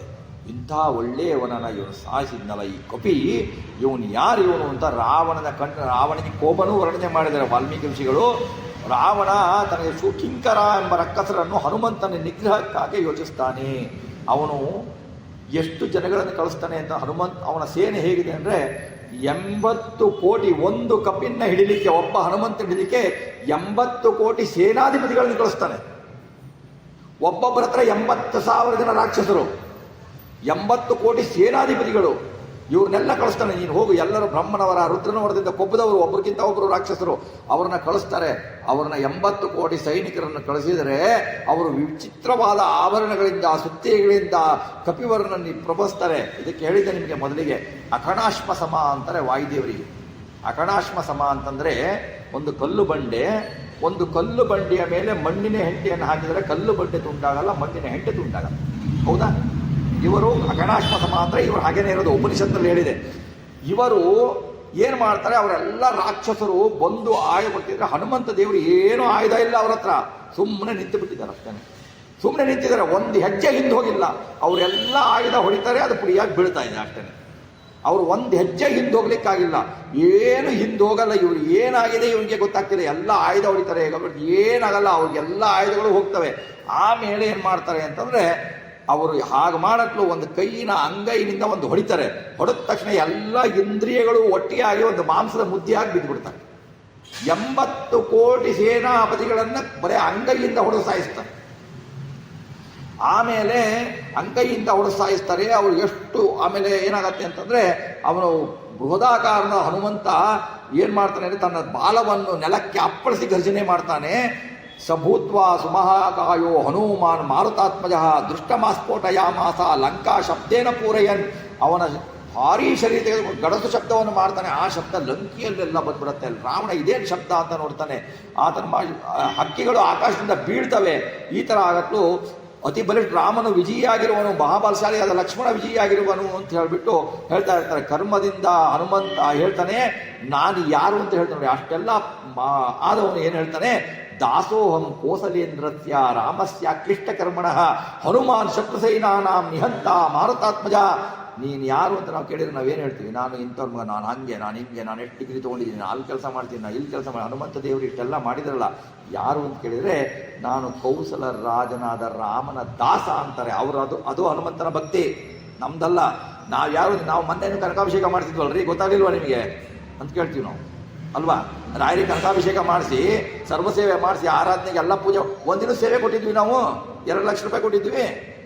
ಗೊತ್ತಿಲ್ವಾ ನಿಮಗೆ? ಮರ್ತು ಬಿಟ್ರೆ ಐದು ಸೇವೆ ಮಾಡಿದವ್ರನ್ನ ಅಂತ ಕೇಳ್ತೀವಿ. ಇಂಥ ವಾಯುದೇವರು ಅಂಥ ಮಹಾಬಲಿಷ್ಠರು ಹೇಳ್ತಾರೆ, ರಾಮದೇವರ ದಾಸ ನಾನು ಅಂತಾರೆ ಅವರು. ನಾನು ದಾಸ ಎಂದು ನಾನು ಈಶನಾಗ್ಲಿಕ್ಕೆ ಸಾಧ್ಯ ಇಲ್ಲ, ನಾನು ದಾಸನೇ ಅಂತ ಹೇಳ್ತಾರೆ. ಆಮೇಲೆ ನನಗೆ ಅವ್ರು ಹೇಳ್ತಾರೆ, ನೀನು ಏನು ರಾವಣ ಬಂದಿದೆಯಲ್ಲ, ನೀನು 1000 ರಾವಣರು ಬಂದರೂ ನೀವು ನನ್ನನ್ನು ಏನು ಮಾಡಲಿಕ್ಕಾಗಲ್ಲ. ನನಗೇ ಏನು ಮಾಡಲಿಕ್ಕಾಗಲ್ಲ ಅಂದರೆ, ನಾನು ಅಲ್ಲಿ ರಾಮನ್ ಏನು ಮಾಡ್ತೀರಿ ನೀವು? ನನ್ನ ಹತ್ರ ನೀ 1000 ರಾವಣ ಬಾ, ನೀನು ಏನು ಮಾಡಲಿಕ್ಕಾಗಲ್ಲ ನನಗೆ ಅಂತ ಹೇಳ್ತಾರೆ. ಎಲ್ಲ ರಾಕ್ಷಸರು ನೋಡ್ತಿರುವಂತೆ ನಿಮ್ಮ ಲಂಕಾಪಟ್ಟಣವನ್ನು ನಾಶಗೊಳಿಸಿ ಅವಳಿಗೆ ನಮಸ್ಕಾರ ಮಾಡಿ ನನ್ನ ಗುರಿ ಮುಟ್ಟಿ ಹಿಂತಿರುತ್ತೀನಿ, ನೋಡ್ತಾ ಇರಿ, ನೀವು ಯಾರಾದರೂ ನನ್ನ ತಡಿತೀರಾ ಅಂತ ಕೇಳ್ತಾರೆ. ರಾಕ್ಷಸರೆಲ್ಲ ಭಯಗೊಂಡು ಬಿಡ್ತಾರೆ. ಎತ್ತರವಾಗಿ ಆಕಾಶದ ಎತ್ತರ ಬೆಳೆದು ಬಿಟ್ಟಿದ್ದಾನೆ, ಒಳ್ಳೆ ಮೋಡ ಕಂಡಂಗೆ ಕಾಣ್ತಾ ಇರ್ತಾನೆ ಅವನು. ಆವಾಗ ಹನುಮಂತನನ್ನು ಅವರೆಲ್ಲರೂ ಸೇರಿ ಸುತ್ತುವರಿತಾರೆ. ಎತ್ತಿಕೊಂಡು ಏನು ಮಾಡ್ತಾರೆ ಅಂದರೆ, ಆವಾಗ ಎತ್ಕೊಂಡು ಬಂದಾಗ ಇವರು ವರ್ಣನೆ ಮಾಡ್ತಾರೆ, ಅಲ್ಲಿ ಕೈಗಳಿಂದ ಹೊಡೆದ ಅಂತ ಹೇಳಿಬಿಟ್ಟು ಮಧ್ವಾಚಾರ್ಯರು ಬರೀತಾರೆ. ಇಲ್ಲಿ ಸ್ವಲ್ಪ ವಿಡಂಬನೆ ಮಾಡಿ, ಇಲ್ಲಿ ಸ್ವಲ್ಪ ವ್ಯತ್ಯಾಸವಾಗಿ ಬರೀತಾರೆ. ಕಬ್ಬಿಣದ ತೊಲೆಯನ್ನು ಎತ್ತುಕೊಂಡು ಬಿಟ್ಟು ರಕ್ಕಸರನ್ನು ಸಂಹರಿಸಿದನು ಅಂತ ಇದೆ. ಅವನಿಗೆ ಆಯುಧ ಏನು ಬೇಕಾಗಿಲ್ಲ ಹನುಮಂತನಿಗೆ, ಕೈ ಸಾಕು, ಅವನು ಕೈ ಸಾಕು. ಆ ಕಿಂಕರ್ರೆಂಬ ರಕ್ಕಸರನ್ನು ಸಂಹರಿಸ್ತಾನೆ. ಮತ್ತೆ ತೋರಣವನ್ನೇ ಮತ್ತೆ ಏರಿ ಮರವನ್ನೇರಿ ತೋರಣ ಹೇಳ್ಕೊಂಡು ಕೂತ್ಕೊತಾನೆ. ಇನ್ಯಾರು ಬರ್ತಾರೆ ನೋಡೋಣ ಅಂತ. ಎಲ್ಲರೂ 80 ಕೋಟಿ ಸೇನಾಧಿಪತಿಗಳನ್ನ ಬಂದ ರಕ್ಕಸರನ್ನೆಲ್ಲ ಒಬ್ಬರನ್ನು ಬಿಡದ, ಒಬ್ಬರು ರಾವಣನಿಗೆ ಒಂದು ಮೆಸೇಜ್ ಹಾಕಂಗಿಲ್ಲ, ಒಬ್ಬರು ರಾವಣನಿಗೆ ಏನೋ ಒಂದು ಇನ್ಫಾರ್ಮೇಶನ್ ಮಾಡಂಗಿಲ್ಲ, ವಾಟ್ಸಪ್ ಕಳ್ಸಂಗಿಲ್ಲ. ಯಾಕಂದ್ರೆ ಎಲ್ಲರೂ ಸತ್ಬಿಟ್ಬಿಟ್ಟಿದ್ದಾರೆ. ಹೆಂಗೆ ಹೋಗ್ಬೇಕು ಅವನಿಗೆ ಮೆಸೇಜು? ತತಸ್ತಾಸ್ಮದ್ಭಯಾನ್ ಮುಕ್ತ ಕಚಿತ್ ತತ್ರ ರಾಕ್ಷಸಃ ನಿಹಿತಾನ್ ಕಿಂಕರಾನ್ ಸರ್ವಾನ್ ರಾವಣಾಯ ನ್ಯವೇದಯೇತ್. ಸ ರಾಕ್ಷಸಾನಾಂ ನಿಹಿತಂ ಮಹತ್ಫಲಂ ನಿಶಮ್ಯ ರಾಜ ಪರಿವೃತ್ತ ಲೋಚನ ಸಮಾಧಿ ದೇಶ ಪ್ರತಿಮಂ ಪರಾಕ್ರಮೇ ಪ್ರಹಸ್ತಪುತ್ರಂ ಸಮರೇ ನಿಯೋಜಯತ್. ರಾಕ್ಷಸರ ಬಲ ಸಂವೃತವಾದ ಕೇಳ್ತಾನೆ ರಾಜ. ಅವನಿಗೆ ಸಿಟ್ಟು ಬರುತ್ತೆ ರಾವಣಂಗೆ. ಪ್ರಹಸ್ತ ಅಂತ ಮಂತ್ರಿ ಅವನ ಮಗನ ಯುದ್ಧದಲ್ಲಿ ಸನ್ನದ್ಧಗೊಳಿಸ್ತಾನೆ. ಆವಾಗ ಅವನೇನ್ ಮಾಡ್ತಾನೆ, ಹನುಮಂತ ಏನ್ ಮಾಡ್ತಾನೆ, ಅವರ ಮಂತ್ರಿಗಳನ್ನು ಸಂಹರಿಸ್ತಾನೆ. ಆಮೇಲೆ ಚೈತ್ಯಪಾಲನು ಉರುಳ್ತಾರೆ, ಚೈತ್ಯಪಾಲರು ಅಂತ ಬರ್ತಾರೆ, ಅವರನ್ನು ಸಾಯಿಸ್ತಾನೆ. ಆಮೇಲೆ ಅವರೆಲ್ಲ ಬಹಳ ಅದ್ಭುತ ಗಾತ್ರದಿಂದ ಬರ್ತಾರೆ ಅವರು, ಅವರನ್ನೆಲ್ಲ ತನ್ನ ಕೈಯಿಂದನೇ ಸಂಹರಿಸ್ತಾನೆ. ಆಮೇಲೆ ಮತ್ತೆ ಅದನ್ನೇ ಹೇಳ್ತಾನೆ ಅವನು, ಕೋಸಲೇಂದ್ರನ ದಾಸ ನಾನು ಅಂತ ಹೇಳ್ತಾನೆ. ದಾಸ ನಾನು ಅಂತ ಹೇಳಲು ಮತ್ತೆ ಅವನು ಹೇಳ್ತಾನೆ, ಇವರೆಲ್ಲ ಪ್ರಹಸ್ತನನ್ನು ಕಳಿಸತ್ಲು ಅವ್ರು ಏನ್ ಮಾಡ್ತಾರೆ ಅಂದ್ರೆ 7 ಜನ ಮಂತ್ರಿಗಳು ಬರ್ತಾರೆ, ಮಹಾಮಂತ್ರಿಗಳವರು. 7 ಜನ ಮಂತ್ರಿಗಳು ಬಹಳ ರುದ್ರದೇವರ ವರದಿಂದ ಇದ್ದವರು. ಎಲ್ಲ ಈ ರಾಕ್ಷಸರಿಗೆಲ್ಲರೂ ರುದ್ರದೇವರು ಬಹಳ ಬೇಗ ಒಲಿತಾರೆ ಅಂತ ರುದ್ರದೇವ್ರ ಹತ್ರ ವರ ತಗೊಂಡ್ಬಿಡ್ತಾರೆ. ರುದ್ರದೇವರಿಗೆ ಗೊತ್ತು, ನಾನು ಕೊಟ್ಟರೆ ಬರೋಣ ಮುಂದೆ ವಿಷ್ಣು ಬಂದು ಸಂಹರಿಸ್ತಾನೆ ಅಂತ. ಅವ್ರು ಕೊಟ್ಬಿಡ್ತಾರೆ ಅವರು. ಹಾಗಾಗಿ ಆಮೇಲೆ ಅವನೇನ್ ಮಾಡ್ತಾನೆ ಅಂತಂದ್ರೆ, ಇಲ್ಲಿ ಕೆಲವೊಂದು ಬುದ್ಧಿ ಹೇಳಿದ್ದಾರೆ. ಜಂಬುಮಾಲಿಯನ್ನು ಅವನು ಬರ್ತಾನೆ, ಬಾಣಗಳನ್ನು ಬಿಡ್ತಾನೆ. ಕಪಿವರ ಏನ್ ಮಾಡ್ತಾನೆ, ಕಿವಿ ತಲೆಗೂ 10 ಬಾಣಗಳಿಂದ ಬಾಲದ ಪ್ರಾರಂಭಿಸ್ತಾನೆ. ಆವಾಗ ಹನುಮಂತ ದೇವರು ಅವನನ್ನು ಸಂಹರಿಸ್ತಾರೆ. ಆ 7 ಮಂತ್ರಿಗಳನ್ನು ಸಂಹರಿಸ್ತಾರೆ. ಆ ಮಹಂತ್ರಿಗಳನ್ನು ಸಂಹರಿಸಲು ಪ್ರಹಸ್ತ ಪುತ್ರನೂ ಮರಣ ಹೊಂತಾನೆ. ಆ ರಾಕ್ಷಸರ ಒಡೆಯ ಅತಿ ಪರಾಕ್ರಮಶಾಲಿಯಾದ ವೀರಶಾಲಿಗಳ ಮಂತ್ರಿ ಪುತ್ರರಿಗೆ ಮತ್ತೆ ಆದೇಶಿಸ್ತಾನೆ. ಅದನ್ನೇ ಹೇಳ್ತಾರೆ ಆಚಾರ್ಯರು. ಪುನಶ್ಚ ಮಂತ್ರಿ ಪುತ್ರ ಕಾನ್ಸ ರಾವಣ ಪ್ರಚೋದಿತಾನ್ ಮಮರ್ಧ ಸಪ್ತ ಪರ್ವತ ಪ್ರಭಾನ್ವಯಾಭಿರಕ್ಷಿತಾನ್ ಬಲಾಗ್ರಗಾಮಿನಸ್ತತಾತ ಶರ್ವವಾಕ್ಸು ಗರ್ವಿತಾ ನಿಹತ್ಯ ಸರ್ವ ರಕ್ಷಸಾಂ ತೃತೀಯ ಭಾಗಮಕ್ಷಿಣೋತ್. 7 ಮಂದಿ ರಾಕ್ಷಸರ ಹೊಡೆತರಾಗಿ ಭವನದಿಂದ ಬರ್ತಾರೆ. ಭಾರೀ ಸೈನ್ಯದಿಂದ ಬರ್ತಾರೆ. ಧನುರ್ಧಾರಿಗಳು ವಿಚಿತ್ರವಾದ ಆಯುಧಗಳನ್ನು ಇಟ್ಕೊಂಡಿರ್ತಾರೆ. ಚಿನ್ನದ ಜಾಲರಿಗಳು ಧ್ವಜಗಳಿಂದ ಬರ್ತಾರೆ. ಅವರು ಬಂದು ಬಿಟ್ಟು ಒಳ್ಳೆ ಕಪ್ಪಾದ ಮೋಡದಂತೆ ಕಾಣ್ತಾ ಇರ್ತಾರೆ. ಆ ಬಾಣದ ಬಳೆಯಿಂದ ಹನುಮಂತನ ಮುಚ್ಚಿಬಿಡ್ತಾರೆ ಬಾಣದ ಬಳೆಯಿಂದ. ಆವಾಗ ಆವೃತವಾದ ಬೆಟ್ಟದಂತೆ ಹನುಮಂತ ಕಾಣ್ತಾನೆ. ಆವಾಗ ಹನುಮಂತ ದೇವರು ಕ್ಷಣಾರ್ಧದಲ್ಲಿ ಅವರನ್ನೆಲ್ಲ ಸಂಹಾರ ಮಾಡ್ತಾನೆ. ಅಂತರಿಕ್ಷದಲ್ಲಿ ವಿಹರಿಸುವ ಹನುಮಂತನು ಬಹಳ ಚೆನ್ನಾಗಿ ಶೋಭಿಸ್ತಾನೆ. ಕೈಯಿಂದ ಕೆಲವು ರಾಕ್ಷಸರನ್ನು ಸಂಹಾರ ಮಾಡ್ತಾನೆ, ಕಾಲಿನಿಂದ ಕೆಲವು ರಾಕ್ಷಸರನ್ನು ಸಂಹಾರ ಮಾಡ್ತಾನೆ, ಮುಷ್ಟಿಯಿಂದ ಸಂಹಾರ ಮಾಡ್ತಾನೆ, ಕೆಲವು ಊರುಗಳಿಂದಲೇ ಸಂಹಾರ ಮಾಡ್ತಾನೆ ರಾಕ್ಷಸರನ್ನ. ಅವನು ಅದ್ಭುತ ಪರಾಕ್ರಮವನ್ನು ಮೆರೀತಾನೆ. ಇಲ್ಲಿ ನೋಡಿ ಹೇಗೆ ಅಂದ್ರೆ, ಇದಕ್ಕೆ ಹೇಳಿದ್ದು ಉದ್ಯೋಗ ಪರ್ವ ಮಹಾಭಾರತ. ಯಾಕೆಂದ್ರೆ ಅಲ್ಲಿ ಕೃಷ್ಣ ಪರಮಾತ್ಮ ದುರ್ಯೋಧನ ಕೃಷ್ಣನನ್ನು ಕಟ್ತೀನಿ ಅಂತ ಬಂದಾಗ ಕೃಷ್ಣ ಪರಮಾತ್ಮ ತನ್ನ ಲೀಲೆಯನ್ನು ತೋರಿಸ್ದ. ತನ್ನ ಪರಾಕ್ರಮ ವಿಶ್ವರೂಪವನ್ನು ದರ್ಶನ ಮಾಡಿಸಿ ಬೇಕೆಗೆ ನನ್ನ ಕಟ್ಲಿಕ್ಕೆ ಹಾಕಲ್ಲ ಅನ್ನೋ ತೋರಿಸ್ದ. ಇಲ್ಲಿ ಹನುಮಂತ ದೇವರನ್ನು ನಾವು ಇದು ಮಾಡ್ತೀವಿ ಅಂತ ಬಂದಾಗ ಹನುಮಂತ ದೇವರು ತಮ್ಮ ಪರಾಕ್ರಮವನ್ನೇ ತೋರಿಸ್ತಾ ಇದ್ದಾರೆ. ಅವರು ಆ ಪ್ರಬಲ ರಾಕ್ಷಸನ್ನು ಸಂಹರಿಸಿದಾಗ ಅದನ್ನು ಕೇಳಿಬಿಟ್ಟು ರಾವಣ ತಲೆ ತಿರುಗಂಗಾಗ್ಬಿಡುತ್ತೆ. ಯಾವ ಕಪಿ ಇದು, ಒಂದು ಕಪಿ ಬಂದಿಷ್ಟು ಜನ ಸಂಹಾರ ಮಾಡ್ತಾ ಇದೆಯಲ್ಲ, ಇದನ್ನೇನು ಮಾಡ್ಲಿಕ್ಕಾಗ್ತಾ ಇಲ್ಲ ಅಂತ ವಿರೂಪಾಕ್ಷ, ಯುಪಾಕ್ಷ, ದುರ್ಧರಾಂಬ ರಾಕ್ಷಸರನ್ನ, ಪಾತಕರ್ಣ ಮತ್ತೆ 5 ಸೇನಾ ಮುಂದಾಳುಗಳಾದವರನ್ನ ಅವ್ರು ಹೇಗಿರ್ತಾರೆ ಅಂದ್ರೆ ವಾಯು ವೇಗಕ್ಕೆ ವೇಗಗಳು ಸಮನಾಗಿರ್ತಾರೆ ಅವರು. ಅವ್ರನ್ನ ದಶಕಂಠ ಏನ್ ಮಾಡ್ತಾನೆ, ಆದೇಶಿಸ್ತಾನೆ, ಹೋಗಿ ಅವನ್ನ ಸಂಹಾರ ಮಾಡೋ, ಅವನ್ನ ಒಬ್ಬ ಏನಂದ್ರೆ ಅವನ್ನ ನೀವು ಜೀವಂತವಾಗಿರೋ ಸಾಯ್ಸರ ಹಿಡ್ಕೊಂಬ ಅಂತ ಕರೆಸ್ತಾನೆ ರಾವಣ ಅವ್ರನ್ನ.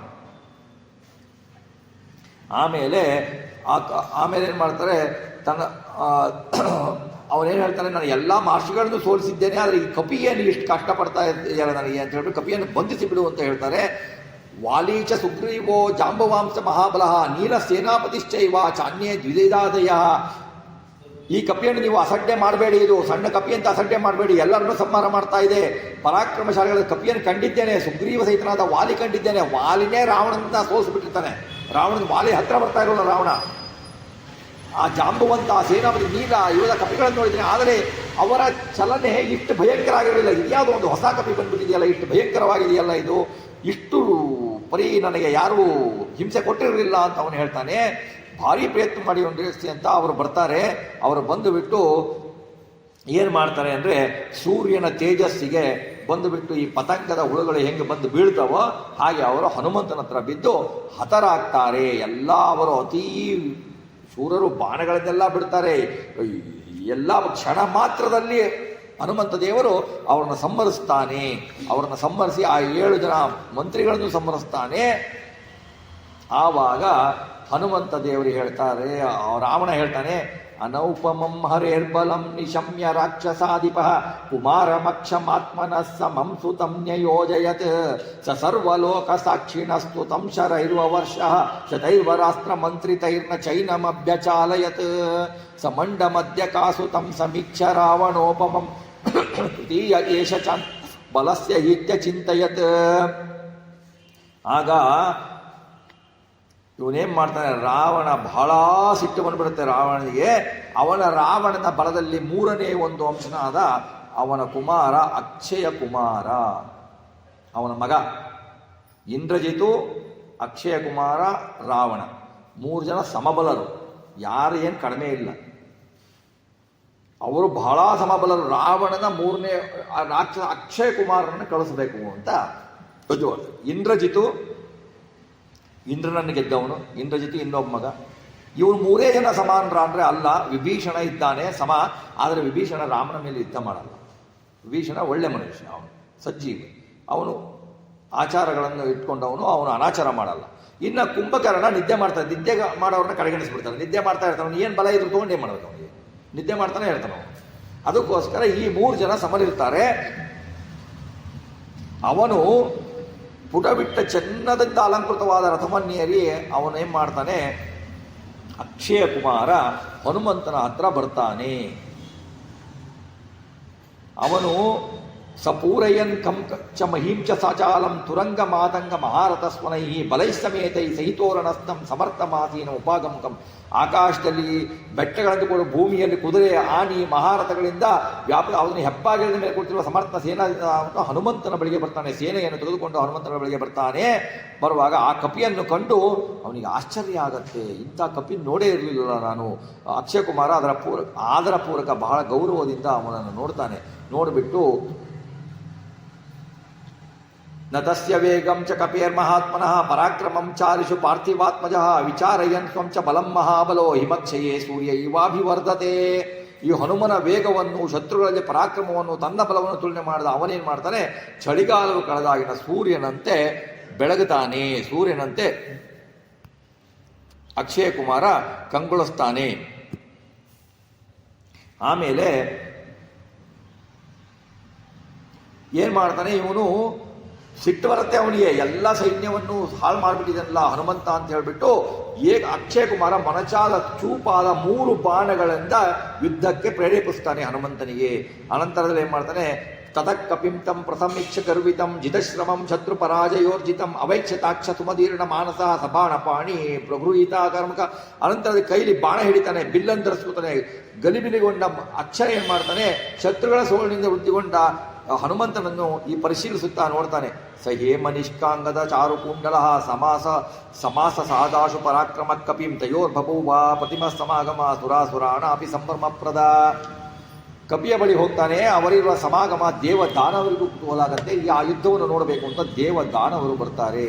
ಹನುಮಂತನ ಇಲ್ಲಿ ಯುದ್ಧದ ಬೀಭತ್ಸ ವರ್ಣನೆ ಇದೆ ವಾಲ್ಮೀಕಿಗಳದ್ದು. ಇದನ್ನು ಸ್ವಲ್ಪ ಅಲಂಕಾರಕವಾಗಿದೆ, ಇದನ್ನು ನೋಡೋಣ. ಅದರಲ್ಲಿ ಏನಿದೆ, ಕ್ಷಣಗಾತ್ರದಲ್ಲಿ ಹನುಮಂತ ಸಂಹರಿಸ್ತಾ ಅಂತ ಬರುತ್ತೆ.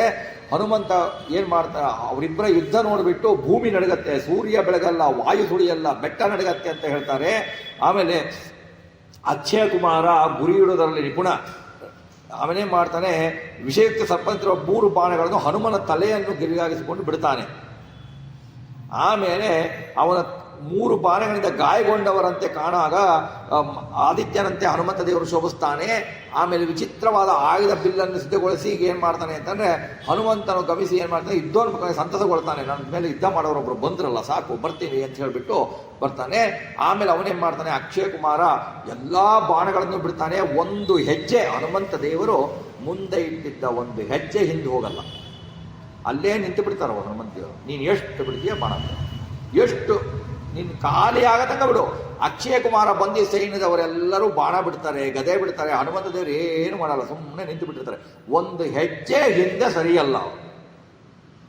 ಎಲ್ಲ ಬಾಣಗಳು, ಎಲ್ಲ ಆಯುಧಗಳು ಬೀಳ್ತವೆ, ಕೆಳಗಡೆ ಬೀಳ್ತವೆ. ಅವ್ರಿಗೇನು ಮಾಡಲ್ಲ, ಅವ್ರಿಗೇನು ಮಾಡಲ್ಲ ಅಂತ ಹೇಳಿಬಿಟ್ಟು ಆ ಅಕ್ಷಯ ಕುಮಾರ ಏನು, ಹನುಮಂತ ದೇವರು ಹೀಗೆ ಬಗ್ಗುತ್ತಾರೆ.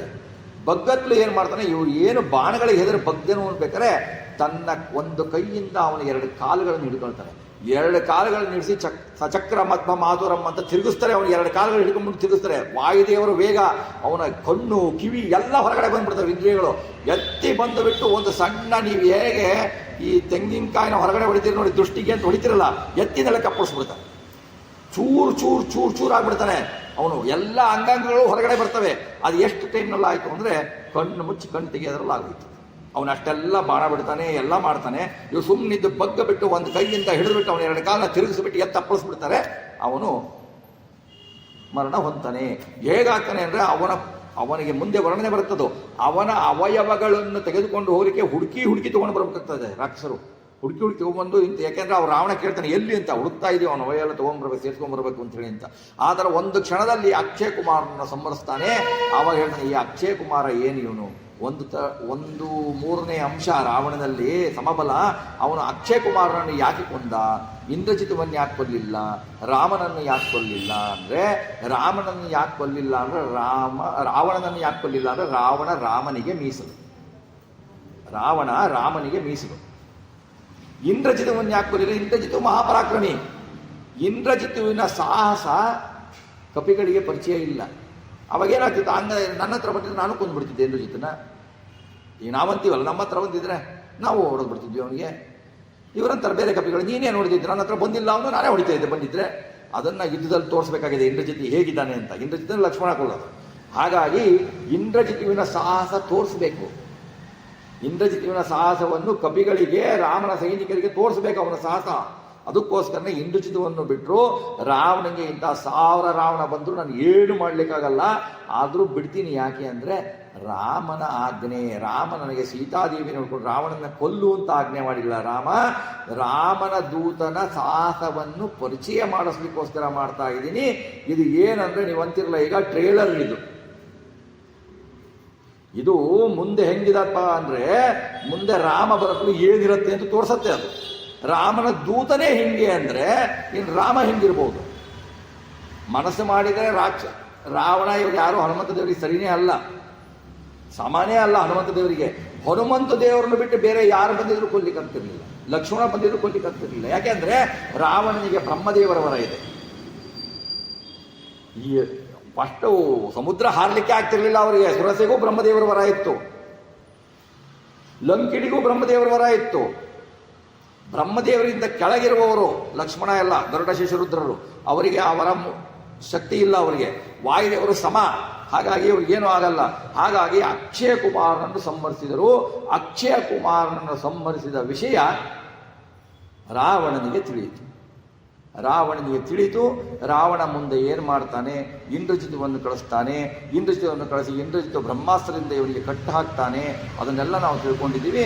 ಅದರಲ್ಲಿರುವ ತತ್ವದ ವಿಷಯ, ಬ್ರಹ್ಮಾಸ್ತ್ರದಲ್ಲಿ ಹನುಮಂತ ದೇವರು ಏಕೆ ಸಿಕ್ಕಿಕೊಂಡ್ರು, ಮುಂದೆ ಹೋಗಿ ಅವರು ಏನು ಲಂಕೆಯಲ್ಲಿ ಅನಾಹುತವನ್ನು ಮಾಡ್ತಾರೆ ಅಂತ ನಾಳೆ ನಾಡಿದ್ದರೆಲ್ಲ ಕಥೆಯಲ್ಲಿ ಚಿಂತನೆಯನ್ನು ಮಾಡ್ತೀವಿ ಅಂತ ಹೇಳಿಬಿಟ್ಟು ಇಂದಿನ ಈ ಚಿಂತನೆಯನ್ನು ಶ್ರೀ ರಾಘವೇಂದ್ರ ಸ್ವಾಮಿಗಳ ಅಂತರ್ಗತ ಶ್ರೀ ಭಾರತೀಯ ಪುರಾಣ ಅಂತರ್ಗತ ಲಕ್ಷ್ಮೀನಾರಾಯಣಗೆ ಅರ್ಪಿಸೋಣ.